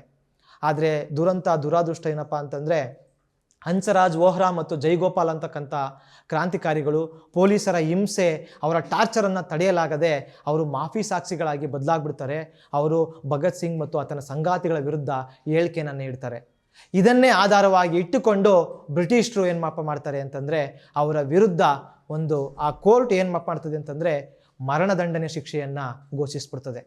ಇಡೀ ದೇಶಾದ್ಯಂತ ಆಕ್ರೋಶದ ಬುಗ್ಗೆ ಹೊಡಿತದೆ. ಮಹಾತ್ಮ ಗಾಂಧೀಜಿಯವರು ಕೂಡ ಇರ್ವಿನ್ ಅವರಿಗೆ ಪತ್ರ ಬರೆದು ಯಾವ ಕಾರಣಕ್ಕೂ ಈ ಕ್ರಾಂತಿಕಾರಿಗಳಿಗೆ ಮರಣದಂಡನೆ ಆಗಬಾರ್ದು, ಇದನ್ನು ಮರುಪರಿಶೀಲಿಸಿ ಅಂತ ಪತ್ರ ಬರೀತಾರೆ. ಆದರೂ ಕೂಡ ಬ್ರಿಟಿಷರು ಬಗ್ಗದಿಲ್ಲ. 1930 ಅಕ್ಟೋಬರ್ 7ನೇ ತಾರೀಕು ಈ 3 ಜನ ಕ್ರಾಂತಿಕಾರಿಗಳು ಭಗತ್ ಸಿಂಗ್, ಸುಖ್ದೇವ್, ರಾಜ್ಗುರು ಇವರಿಗೆ ಒಂದು ಮರಣದಂಡನೆಯನ್ನು ವಿಧಿಸ್ತಾರೆ. ಬಟುಕೇಶ್ವರ್ ದತ್ ಸೇರಿ ಇತರ ಕ್ರಾಂತಿಕಾರಿಗಳಿಗೆ ಜೀವಾವಧಿ ಶಿಕ್ಷೆಯನ್ನು ಘೋಷಣೆ ಮಾಡ್ತಾರೆ. ಇದಾದ ನಂತರ ಮಾರ್ಚ್ 7, 1931ರಲ್ಲಿ ಗಾಂಧೀಜಿ ಸಾರ್ವಜನಿಕ ಭಾಷಣದಲ್ಲಿ ಈ ಮರಣದಂಡನೆಯನ್ನು ಖಂಡಿಸ್ತಾರೆ. ವೈಸ್ರಾಯ್ರವರಿಗೆ ಹಲವು ಪತ್ರಗಳನ್ನು ಬರೆದು ಮರಣದಂಡನೆಯನ್ನು ವಾಪಸ್ ಪಡೆದುಕೊಳ್ಳಿ ಅಂತ ಒತ್ತಾಯಿಸ್ತಾರೆ. ಅವ್ರನ್ನ ಖುದ್ದಾಗಿ ಭೇಟಿಯಾಗಿ ಮನವಿ ಮಾಡ್ತಾರೆ. ಆದರೆ ಬ್ರಿಟಿಷರು ತೀರ್ಮಾನ ಮಾಡಿರ್ತಾರೆ, ಈ 3 ಜನ ಉಳಿದ್ರೆ ತಮಗೆ ಆಪತ್ತು, ತಾವು ಈ ಭಾರತದಲ್ಲಿ ಉಳಿಯೋಕ್ಕೆ ಸಾಧ್ಯ ಆಗೋದಿಲ್ಲ ಅಂತ ಮನಗಂಡು ಅವರು ಮರಣದಂಡನೆಯನ್ನು ರದ್ದು ಮಾಡಲಿಕ್ಕೆ ಬಿಲ್ಕುಲ್ ಒಪ್ಪೋದಿಲ್ಲ. ನಿರ್ಧಾರ ಮಾಡಿರ್ತಾರೆ. ಸೂರ್ಯ ಮುಳುಗದ ಸಾಮ್ರಾಜ್ಯದ ದೊರೆಗಳಿಗೆ ಈ 23 ವರ್ಷದ ಯುವಕರು ನಡುಗಿಸ್ತಾ ಇರ್ತಾರೆ. ಹಾಗಾಗಿ ಅವ್ರನ್ನ ದಿನ ದುಡ್ತಾ ಇರ್ತಾರೆ. ಇವ್ರನ್ನ ಮಾರ್ಚ್ 24, 1931ನೇ ಇಸ್ವಿನಲ್ಲಿ ಇವ್ರನ್ನ ಗಲ್ಲಿಗೇರಿಸಬೇಕು ಅಂತಕ್ಕಂಥ ಅಂತಿಮ ಶರವನ್ನು ಬರೆದುಬಿಡ್ತಾರೆ. ಈ ಸಂದರ್ಭದಲ್ಲಿ ಭಗತ್ ಸಿಂಗ್ ಜೈಲಲ್ಲಿರ್ತಾರೆ. ಭಗತ್ ಸಿಂಗ್ ಬಗ್ಗೆ ನಾವು ಇನ್ನೊಂದು ವಿಚಾರ ನಾವು ಹೇಳಬೇಕು. ನಾನು ಆಗಲೇ ಹೇಳಿದೆ, ಅವರು ಅಧ್ಯಯನಶೀಲರಾಗಿದ್ದರು, ಬಹಳಷ್ಟು ಪುಸ್ತಕಗಳನ್ನ ಓದ್ತಾ ಇದ್ರು ಮತ್ತು ಬರಿತಾ ಇದ್ರು. ನಾನೇಕೆ ನಾಸ್ತಿಕ ಅಂತಕ್ಕಂಥ ಅತ್ಯಮೂಲ ಪುಸ್ತಕವನ್ನು ಜೈಲಲ್ಲಿದ್ದಾಗ ಭಗತ್ ಸಿಂಗ್ ಬರೀತಾರೆ. ಅಂತಂದರೆ, ನಾನು ದೇವರು ಧರ್ಮವನ್ನು ನಂಬಲ್ಲ, ಬದಲಿಗೆ ನಾನು ಮಾನವೀಯತೆಯನ್ನು ನಂಬ್ತೀನಿ, ಪ್ರೀತಿಯನ್ನು ನಂಬ್ತೀನಿ, ಜನರಲ್ಲಿ ನಂಬಿಕೆಯನ್ನು ಇಡ್ತೀನಿ, ಈ ದೇಶದ ಹೋರಾಟದಲ್ಲಿ ನಾನು ನಂಬಿಕೆಯನ್ನು ಇಡ್ತೀವಿ ಅಂತ ಹೇಳ್ತಾರೆ. ಮತ್ತು ಅವ್ರು ಇನ್ನೊಂದು ಬರೀತಾರೆ, ಒಬ್ಬ ವ್ಯಕ್ತಿ ಇನ್ನೊಬ್ಬ ವ್ಯಕ್ತಿಯನ್ನು ಶೋಷಣೆ ಮಾಡಬಾರ್ದು, ಒಂದು ದೇಶ ಇನ್ನೊಂದು ದೇಶವನ್ನು ಶೋಷಣೆ ಮಾಡಬಾರ್ದು, ಅದೇ ರೀತಿಯಾಗಿ ಒಂದು ಧರ್ಮ ಇನ್ನೊಂದು ಧರ್ಮವನ್ನು ಶೋಷಣೆ ಮಾಡಬಾರ್ದು, ಅದರ ವಿರುದ್ಧ ನನ್ನ ಹೋರಾಟ ಇರ್ತದೆ ಅಂತ ಅವರು ಹೇಳ್ತಾರೆ. ಸೆಲ್ ನಂಬರ್ 14 ಲಾಹೋರ್ ಜೈಲಿನಲ್ಲಿ ಅವರು 23 ಮಾರ್ಚ್ 1931ನೇ ತಾರೀಕಿನವರೆಗೂ ಓದ್ತಾನೆ ಇರ್ತಾರೆ. ಅದು ಯಾರ ಪುಸ್ತಕ ಓದ್ತಾ ಇರ್ತಾರೆ? ಕ್ರಾಂತಿಕಾರಿ ಲೆನಿನ್ ಅವರ ಪುಸ್ತಕವನ್ನು ಓದ್ತಾ ಇರ್ತಾರೆ. ಆವಾಗ ಇವ್ರನ್ನ ಮರಣದಂಡನೆಗೆ ಗಲ್ಲಿಗೇರಿಸಬೇಕಾಗಿರ್ತಕ್ಕಂಥದ್ದು ಅಂದರೆ 1931ನೇ ಇಸ್ವಿ ಮಾರ್ಚ್ 24ನೇ ತಾರೀಕು. ಆದರೆ ಇಡೀ ದೇಶಾದ್ಯಂತ ಹೋರಾಟ ಭುಗಿಲೆದ್ದಿರ್ತದೆ, ಜೈಲಿನ ಹೊರಗಡೆ ಕೂಡ ಹೋರಾಟ ನಡೀತಾ ಇರ್ತದೆ, ಒಂದು ಹಿಂಸಾ ಕೃತ್ಯಗಳಿಗೆ ಯುವಜನರು ಮುಂದಾಗ್ತಾ ಇರ್ತಾರೆ. ಹಾಗಾಗಿ ಒಂದು ದಿನ ಮುಂಚೆನೇ, ಅಂದರೆ ಒಂದೊಂದು ಕ್ಷಣವೂ ಕೂಡ ಭಗತ್ ಸಿಂಗ್ನ ಇಟ್ಕೊಂಡ್ರೆ ನಾವು ಅಪಾಯ ತಪ್ಪಿದ್ದಲ್ಲ ಅಂತ ಎದುರು ಬಿಟ್ಟಿರ್ತಾರೆ ಬ್ರಿಟಿಷರು. ಅಂಥ ಎದುರು ಪುಕ್ಲರು ಅವರು ಒಂದು ದಿನ ಮೊದಲೇ, ಅಂದರೆ 11 ಗಂಟೆ ಮೊದಲೇ 1931 ಮಾರ್ಚ್ 23ನೇ ತಾರೀಕೇ ಗಲ್ಲಿಗೇರಿಸಲಿಕ್ಕೆ ಸಂಜೆ ಹೊತ್ತು ಅವ್ರನ್ನ ಕರೀತಾರೆ. ಸಾಮಾನ್ಯವಾಗಿ ಮಾರ್ಚ್ 24ನೇ ತಾರೀಕು ಬೆಳಿಗ್ಗೆ ಅವ್ರನ್ನ ಗಲ್ಲಿಗೇರಿಸಬೇಕಿರ್ತದೆ. ಆದರೆ 23ನೇ ತಾರೀಕು ಸಂಜೆನೇ ಅಲ್ಲಿನ ಜೈಲರ್ಗಳು, ಅಲ್ಲಿನ ಇವರು ಬಂದು ಕಾನ್ಸ್ಟೇಬಲ್ಗಳು, ಬನ್ನಿ ನಿಮ್ಮ ಸಮಯ ಮುಗೀತು ಅಂತ ಕರೀತಾರೆ. ಆಗ ಭಗತ್ ಸಿಂಗ್ ಹೇಳ್ತಕ್ಕಂಥ ಮಾತು, ನಂಗೆ ದಯವಿಟ್ಟು 1 ಗಂಟೆ ಸಮಯ ಕೊಡಿ, ಒಬ್ಬ ಕ್ರಾಂತಿಕಾರಿ ಇನ್ನೊಬ್ಬ ಕ್ರಾಂತಿಕಾರಿಯನ್ನು ಭೇಟಿ ಆಗ್ತಕ್ಕಂಥ ಸಂದರ್ಭ, ನಾನು ಲೆನಿನ್ ಅವರ ಪುಸ್ತಕ ಓದ್ತಾ ಇದ್ದೀನಿ, ಇನ್ನು ಸ್ವಲ್ಪ ಹೊತ್ತಿಗೆ ಬರ್ತೀನಿ ಅಂತ ಹೇಳ್ತಾರೆ. ಅಂದರೆ ನಾನು ನಾಳೆ ಸಾಯ್ತೀನಿ ಅಥವಾ ಇನ್ನೊಂದು ಗಂಟೆಯಲ್ಲಿ ಸಾಯ್ತೀನಿ ಅಂತ ಗೊತ್ತಿದ್ರೂ ಕೂಡ ಭಗತ್ ಸಿಂಗು ಓದ್ತಾ ಇರ್ತಾರೆ, ಅಧ್ಯಯನಶೀಲರಾಗಿರ್ತಾರೆ, ದೃಢವಾಗಿರ್ತಾರೆ, ಅವರಲ್ಲಿ ಯಾವುದೇ ಭಯ ಇರುವುದಿಲ್ಲ. ಈ ದೇಶಕ್ಕೋಸ್ಕರ ನಾನು ಪ್ರಾಣ ಕೊಡ್ತಾ ಇದ್ದೀನಿ ಅಂತಕ್ಕಂಥ ಹೆಮ್ಮೆ ಗರ್ವ ಅವ್ರದ್ದಾಗಿರ್ತದೆ. ಮತ್ತು ತಾನು ಪ್ರಾಣ ಕೊಟ್ಟರೆ ನನ್ನಂಥ ನೂರಾರು ಸಾವಿರಾರು ಜನ ಕ್ರಾಂತಿಕಾರಿಗಳು ಉಟ್ಕೊಳ್ತಾರೆ ಅಂತಕ್ಕಂಥ ಅದಮ್ಯ ವಿಶ್ವಾಸ ಅವ್ರದ್ದಾಗಿರ್ತದೆ. ಹಾಗಾಗಿ ಅಷ್ಟೊಂದು ಅಧ್ಯಯನಶೀಲರಾಗಿರ್ತಾರೆ. ಕೇವಲ 23 ವರ್ಷಕ್ಕೇ ಭಗತ್ ಸಿಂಗ್ ಇಷ್ಟೊಂದು ವಿಚಾರವಾದಿ ಆಗಲಿಕ್ಕೆ ಹೇಗೆ ಸಾಧ್ಯ ಅಂತಂದರೆ, ಅವರ ಮನೆ ಕುಟುಂಬ, ಅವರು ಬೆಳೆದು ಬಂದಂಥದ್ದು ಮತ್ತು ಅವರು ಓದಿದಂಥ ಪುಸ್ತಕಗಳೇ ಅದಕ್ಕೆ ಕಾರಣ ಆಗಿರ್ತದೆ. ಭಗತ್ ಸಿಂಗ್, ರಾಜ್ಗುರು, ಸುಖದೇವ್ ಈ ಮೂವರು ಯುವಜನರು ಕೈಗೆ ಕೈ ಇಟ್ಕೊಂಡು ಇಂಕ್ವಲಾಬ್ ಜಿಂದಾಬಾದ್, ಸಾಮ್ರಾಜ್ಯವಾದ್ ಮುರ್ದಾಬಾದ್ ಅಂತಕ್ಕಂಥ ಘೋಷಣೆಗಳನ್ನ ಕೂಕೊಳ್ತಾ ಅವರು ನೇಣುಗಂಬದ ಹತ್ರ ನಡೀತಾರೆ. ಆಗ ಅಲ್ಲಿ ಇರ್ತಕ್ಕಂಥ ಒಬ್ಬ ಕಾನ್ಸ್ಟೇಬಲು ಓಡ್ ಬಂದು, ದಯವಿಟ್ಟು ನೀವು ಸಾವುಗೆ ಈಡಾಗುವ ಮುನ್ನ ಒಂದು ಸಲ ವಾಹೆ ಗುರುಗಳನ್ನ ಧ್ಯಾನ ಮಾಡಿ, ದೇವರನ್ನ ಧ್ಯಾನ ಮಾಡಿ ಅಂತ ಕೇಳ್ತಾರೆ. ಆದರೆ ಆಗ ಭಗತ್ ಸಿಂಗ್ ಒಂದು ಮಾತು ಹೇಳ್ತಾರೆ, ನಾನು ನನ್ನ ಜೀವಮಾನವಿಡೀ ನಾಸ್ತಿಕನಾಗಿ ಬದುಕಿದ್ದೀನಿ, ಈಗ ಸಾಯೋಕ್ಕಿಂತ ಮುಂಚೆ ನಾನು ದೇವರಲ್ಲಿ ಪ್ರಾರ್ಥನೆ ಮಾಡ್ಕೊಂಡ್ರೆ ನಾನು ಎಂಥ ಹೇಳಿ ಅಂತ ಅನ್ಸ್ಕೊಳ್ಳಲ್ವಾ? ಸಾಯೋ ಬಂದಾಗ ಇವನು ಕೊನೆಗೆ ನನ್ನನ್ನು ನೆನೆಸ್ಕೊಂಡ, ಇವನು ಅಳುಬುರುಕ ಅಂಜುಬುರುಕ, ಇವನು ಭಯದಿಂದ ಅಂತ ಆಗ್ತದಲ್ಲ, ಆ ರೀತಿ ಆಗಬಾರ್ದು. ನಾನು ಯಾವ ಕಾರಣಕ್ಕೂ ದೇವರನ್ನು ಪ್ರಾರ್ಥನೆ ಮಾಡಿರೋದಿಲ್ಲ, ಬದಲಿಗೆ ಇಂಕ್ವಲಾಬ್ ಜಿಂದಾಬಾದ್ ಅಂತ ಘೋಷಣೆಯನ್ನು ಕೂಗ್ತೀವಿ. ಮತ್ತು ನನಗೆ ನನ್ನ ಈ ಜೈಲಲ್ಲಿದ್ದಾಗ ನನ್ನ ಪರವಾಗಿ ಹೋರಾಟ ಮಾಡಿದಂಥ ಸುಭಾಷ್ ಚಂದ್ರ ಬೋಸ್ ಮತ್ತು ಜವಾಹರ್ಲಾಲ್ ನೆಹರೂರವರಿಗೆ ನನ್ನ ಧನ್ಯವಾದಗಳನ್ನ ತಿಳಿಸಿ ಅಂತ ಹೇಳಿ ಭಗತ್ ಸಿಂಗ್, ರಾಜ್ಗುರು, ಸುಖದೇವ್ ನಗುತ್ತಾ ಒಬ್ಬರಿಗೆ ಒಬ್ಬರು ಒಪ್ಕೊಂಡು ನೇಣುಗಂಬಕ್ಕೆ ತಮ್ಮ ಕೊರಳನ್ನು ಒಡ್ತಾರೆ. ಯಾಕೆ ಅಂತಂದರೆ, ನನ್ನ ಭಾರತ ಚೆನ್ನಾಗಿರಬೇಕು, ನನ್ನ ಮುಂದಿನ ಪೀಳಿಗೆ ಚೆನ್ನಾಗಿರಬೇಕು, ಇಲ್ಲಿರ್ತಕ್ಕಂಥ ಜನರು ನೆಮ್ಮದಿಯಿಂದ, ಪ್ರೀತಿಯಿಂದ, ಶಾಂತಿಯಿಂದ, ಮಾನವೀಯತೆಯಿಂದ ಬದುಕಬೇಕು ಅಂತಕ್ಕಂಥ ಒಂದು ಸುಂದರ ಸಮಾಜದ ಕನಸನ್ನು ಭಗತ್ ಸಿಂಗ್ ಕಂಡಿರ್ತಾರೆ. ಅದಕ್ಕೋಸ್ಕರ ಅವರು ತಮ್ಮ ಪ್ರಾಣವನ್ನು ಅರ್ಪಣೆ ಮಾಡ್ತಾರೆ. ಅಂದರೆ ಭಾರತದ ಭವಿಷ್ಯ ಹೇಗಿರಬೇಕು ಅಂತಕ್ಕಂಥ ಒಂದು ಹೋರಾಟವನ್ನು ಅವರು ಮಾಡ್ತಾರೆ. ನಾನು ಆಗಲೇ ಹೇಳ್ದಂತೆ, ಇಳಿಯರು ಖಾಲಿ ಮಾಡುವ ಕುರ್ಚಿಗಳಲ್ಲಿ ಕಂದು ದೊರೆಗಳು ಬಂದು ಕುಳಿತಾರೆ, ಅದು ಸ್ವಾತಂತ್ರ್ಯ ಅಲ್ಲ. ಈ ದೇಶಕ್ಕಂಥ ರೈತರು, ಕಾರ್ಮಿಕರು ವಿಮೋಚನೆ ಆಗಬೇಕು ಅಂತಕ್ಕಂಥ ಏನು ಅವರು ಹೇಳಿಕೆ ಇದೆ, ಅದಕ್ಕೋಸ್ಕರ ಪ್ರಾಣ ಕೊಡ್ತಾರೆ. ಭಗತ್ ಸಿಂಗ್ ಅವತ್ತೇನು ಒಂದು ಮುನ್ನೋಟವನ್ನು ಇಟ್ಟಿದ್ರು, ಅದು ಇವತ್ತು ಸತ್ಯ ಆಗಿದೆ. ನೀವೆಲ್ಲ ನೋಡ್ತಾ ಇದ್ದೀರಿ, ಬ್ರಿಟಿಷರು ಈ ದೇಶ ಬಿಟ್ಟು ಹೋಗಿದ್ದಾರೆ, ಒಂದು ಈಸ್ಟ್ ಇಂಡಿಯಾ ಕಂಪನಿ ಈ ದೇಶ ಬಿಟ್ಟು ಹೋಗಿದೆ, ಆದರೆ ಸಾವಿರಾರು ನೂರಾರು ಬಹುರಾಷ್ಟ್ರೀಯ ಕಂಪನಿಗಳು ಈ ದೇಶವನ್ನು ಆಳ್ತಾ ಇದ್ದಾರೆ. ಅದಾನಿ, ಅಂಬಾನಿ ಥರದ ಕೆಲವು ಕ್ರೋನಿ ಕ್ಯಾಪಿಟಲಿಸ್ಟ್ಗಳು ಈ ದೇಶವನ್ನು ಶೋಷಣೆ ಮಾಡ್ತಾ ಇದ್ದಾರೆ, ಲೂಟಿ ಮಾಡ್ತಾ ಇದ್ದಾರೆ. ಅವರ ಪರವಾಗಿ ನಮ್ಮನ್ನು ಆಳ್ತಾ ಇರ್ತಕ್ಕಂಥವ್ರು ಕೂತಿದ್ದಾರೆ. ಹಾಗಾಗಿ ಅವತ್ತು ಭಗತ್ ಸಿಂಗ್ ಏನು ಒಂದು ಕನಸನ್ನು ಕಂಡ್ರೋ, ಅದು ಇಂದಿಗೂ ಕೂಡ ನನಸಾಗದೆ ಅಪೂರ್ಣವಾಗಿ ಉಳಿದಿದೆ. ಕಂದು ದೊರೆಗಳು ಬಂದು ಕುಳಿತಿದ್ದಾರೆ. ಆದರೆ ಜನಸಾಮಾನ್ಯರು ಇಂದಿಗೂ ಕೂಡ ಸಂಕಷ್ಟದಲ್ಲಿದ್ದಾರೆ. ರೈತರು ಇವತ್ತಿಗೂ ಕೂಡ ಬೀದಿಲಿ ಹೋರಾಟ ಮಾಡ್ತಾ ಇದ್ದಾರೆ, ದೆಹಲಿಲಿ ಹೋರಾಟ ಮಾಡ್ತಾ ಇದ್ದಾರೆ, ನೀವೆಲ್ಲ ಗೊತ್ತಿದೆ. ಕಾರ್ಮಿಕರು ಅವರಿಗೆ ಸರಿಯಾದಂಥ ಸಂಬಳ ಸಿಗ್ತಾ ಇಲ್ಲ, ಬೇಸಿಕ್ ಫೆಸಿಲಿಟಿ ಸಿಗ್ತಾ ಇಲ್ಲ, ಅವರು ಇವತ್ತು ಹೋರಾಟ ನಿರತರಾಗಿದ್ದಾರೆ. ಮಹಿಳೆಯರಿಗೆ ಸಮಾನತೆ ಅಂತಕ್ಕಂಥದ್ದು ಗಗನ ಕುಸುಮವಾಗಿದೆ. ದಲಿತರು, ಹಿಂದುಳಿದವರು ಅವರು ಇವತ್ತಿಗೂ ಕೂಡ ಶೋಷಣೆಗೊಳಗಾಗ್ತಾ ಇದ್ದಾರೆ. ಯುವ ಜನರಿಗೆ ಇವತ್ತು ಉದ್ಯೋಗ ಸಿಗ್ತಾ ಇಲ್ಲ. ಈ ರೀತಿಯಾಗಿ ಇವತ್ತಿಗೂ ಕೂಡ ನಮ್ಮನ್ನು ಧರ್ಮಗಳ ನಡುವೆ ಎತ್ತು ಕಟ್ಟಿ ಹೊಡೆದಾಳ್ತಕ್ಕಂಥ ನೀತಿ ಬರ್ತಾ ಇದೆ. ನೀವೇ ನೋಡಿ, ಆ ಧರ್ಮ ಸರಿ ಇಲ್ಲ, ಈ ಧರ್ಮ ಸರಿ ಇಲ್ಲ, ನಮ್ಮದೇ ಧರ್ಮ ಮೇಲು, ಆ ಧರ್ಮ ಕೀಳು, ಆ ಜಾತಿ ಈ ಜಾತಿ ಅಂತಕ್ಕಂಥ ಈ ಸಮಾಜ ಕಲುಷಿತಗೊಂಡಿದೆ. ಇಂತಹ ಸಂದರ್ಭದಲ್ಲಿ ನೂರಾರು ಸಾವಿರಾರು ಭಗತ್ ಸಿಂಗ್ರವರು ಹುಟ್ಟಿ ಬರಬೇಕಿರ್ತಕ್ಕಂಥದ್ದು ನಮ್ಮ ಈ ಸಮಾಜದ ಒಂದು ಅಗತ್ಯ ಆಗಿದೆ. ಪ್ರಪಂಚದ ಇತಿಹಾಸದಲ್ಲಿ ನೂರಾರು ಸಾವಿರಾರು ಕೋಟಿ ಜನ ಹುಟ್ಟಿದ್ದಾರೆ, ಸತ್ತಿದ್ದಾರೆ. ಆದರೆ ಇತಿಹಾಸ ಅವರೆಲ್ಲರನ್ನೂ ಕೂಡ ನೆನ್ಪಿಟ್ಕೊಂಡಿಲ್ಲ. ಬದಲಿಗೆ ಭಗತ್ ಸಿಂಗ್, ರಾಜ್ಗುರು, ಸುಖದೇವ್, ಆನಂತರ ಹೋರಾಟ ಮಾಡ್ತಲೇ ಮಾಡಿದಂಥ ಚಂದ್ರಶೇಖರ್ ಆಜಾದ್, ಈ ರೀತಿಯ ಕ್ರಾಂತಿಕಾರಿಗಳನ್ನು 100,000 ವರ್ಷ ನಮ್ಮ ಸಮಾಜ ನೆನೆಸ್ಕೊಳ್ತದೆ. ಹಾಗಾಗಿ ಭಗತ್ ಸಿಂಗ್, ಸುಖದೇವ್, ರಾಜ್ಗುರು ಥರದ ಕ್ರಾಂತಿಕಾರಿಗಳು ನಮಗೆ ಮಾದರಿ ಆಗಬೇಕಿರ್ತದೆ. ಅವರ ವಿಚಾರಗಳು ನಮಗೆ ಮಾದರಿ ಆಗಬೇಕಿರ್ತದೆ. ಇವತ್ತಿನ ಸಮಾಜದಲ್ಲಿರ್ತಕ್ಕಂಥ ಸಮಸ್ಯೆಗಳು, ಶೋಷಣೆ, ಅನ್ಯಾಯವನ್ನು ಜನಸಾಮಾನ್ಯರಿಗೆ ತಿಳಿಸಿ ಅವರನ್ನು ಅರ್ಥ ಮಾಡಿಸ್ತಕ್ಕಂಥ ಜವಾಬ್ದಾರಿ ನಮ್ಮ ಮೇಲಿದೆ ಅಂತ ಹೇಳ್ತಾ ಭಗತ್ ಸಿಂಗ್ರವರಿಗೆ ಗೌರವವನ್ನು ಸಲ್ಲಿಸ್ತಾ ನಾನು ಈ ವಿಡಿಯೋವನ್ನು ಮುಗಿಸ್ತಾ ಇದ್ದೀನಿ. ನಮಸ್ಕಾರ. ಈ ದಿನ .comನಲ್ಲಿ ಈ ರೀತಿಯ ಮಾಹಿತಿಪೂರ್ಣವಾದಂಥ ವಿಶ್ಲೇಷಣೆಯುಕ್ತಂಥ ಮಹತ್ವದ ವಿಡಿಯೋಗಳು ಬರ್ತಾ ಇವೆ. ಹಾಗಾಗಿ ಈ ಚಾನಲ್ಗೆ ಸಬ್ಸ್ಕ್ರೈಬ್ ಆಗುವ ಮೂಲಕ ಬೆಂಬಲ ಮಾಡಿ ಅಂತ ನಿಮ್ಮಲ್ಲಿ ಮನವಿ ಮಾಡ್ತೀನಿ. Thank you. ಮತ್ತಷ್ಟು ವಿಶೇಷ ವಿಡಿಯೋಗಳನ್ನು ನೋಡಲು ಮತ್ತು ಹೊಸ ವಿಡಿಯೋಗಳ ಬಗ್ಗೆ ತಿಳಿಯಲು ಈ ದಿನ .com ಯೂಟ್ಯೂಬ್ ಚಾನೆಲ್ ಸಬ್ಸ್ಕ್ರೈಬ್ ಮಾಡಿ ಮತ್ತು ಬೆಲ್ ಐಕಾನ್ ಕ್ಲಿಕ್ ಮಾಡಿ.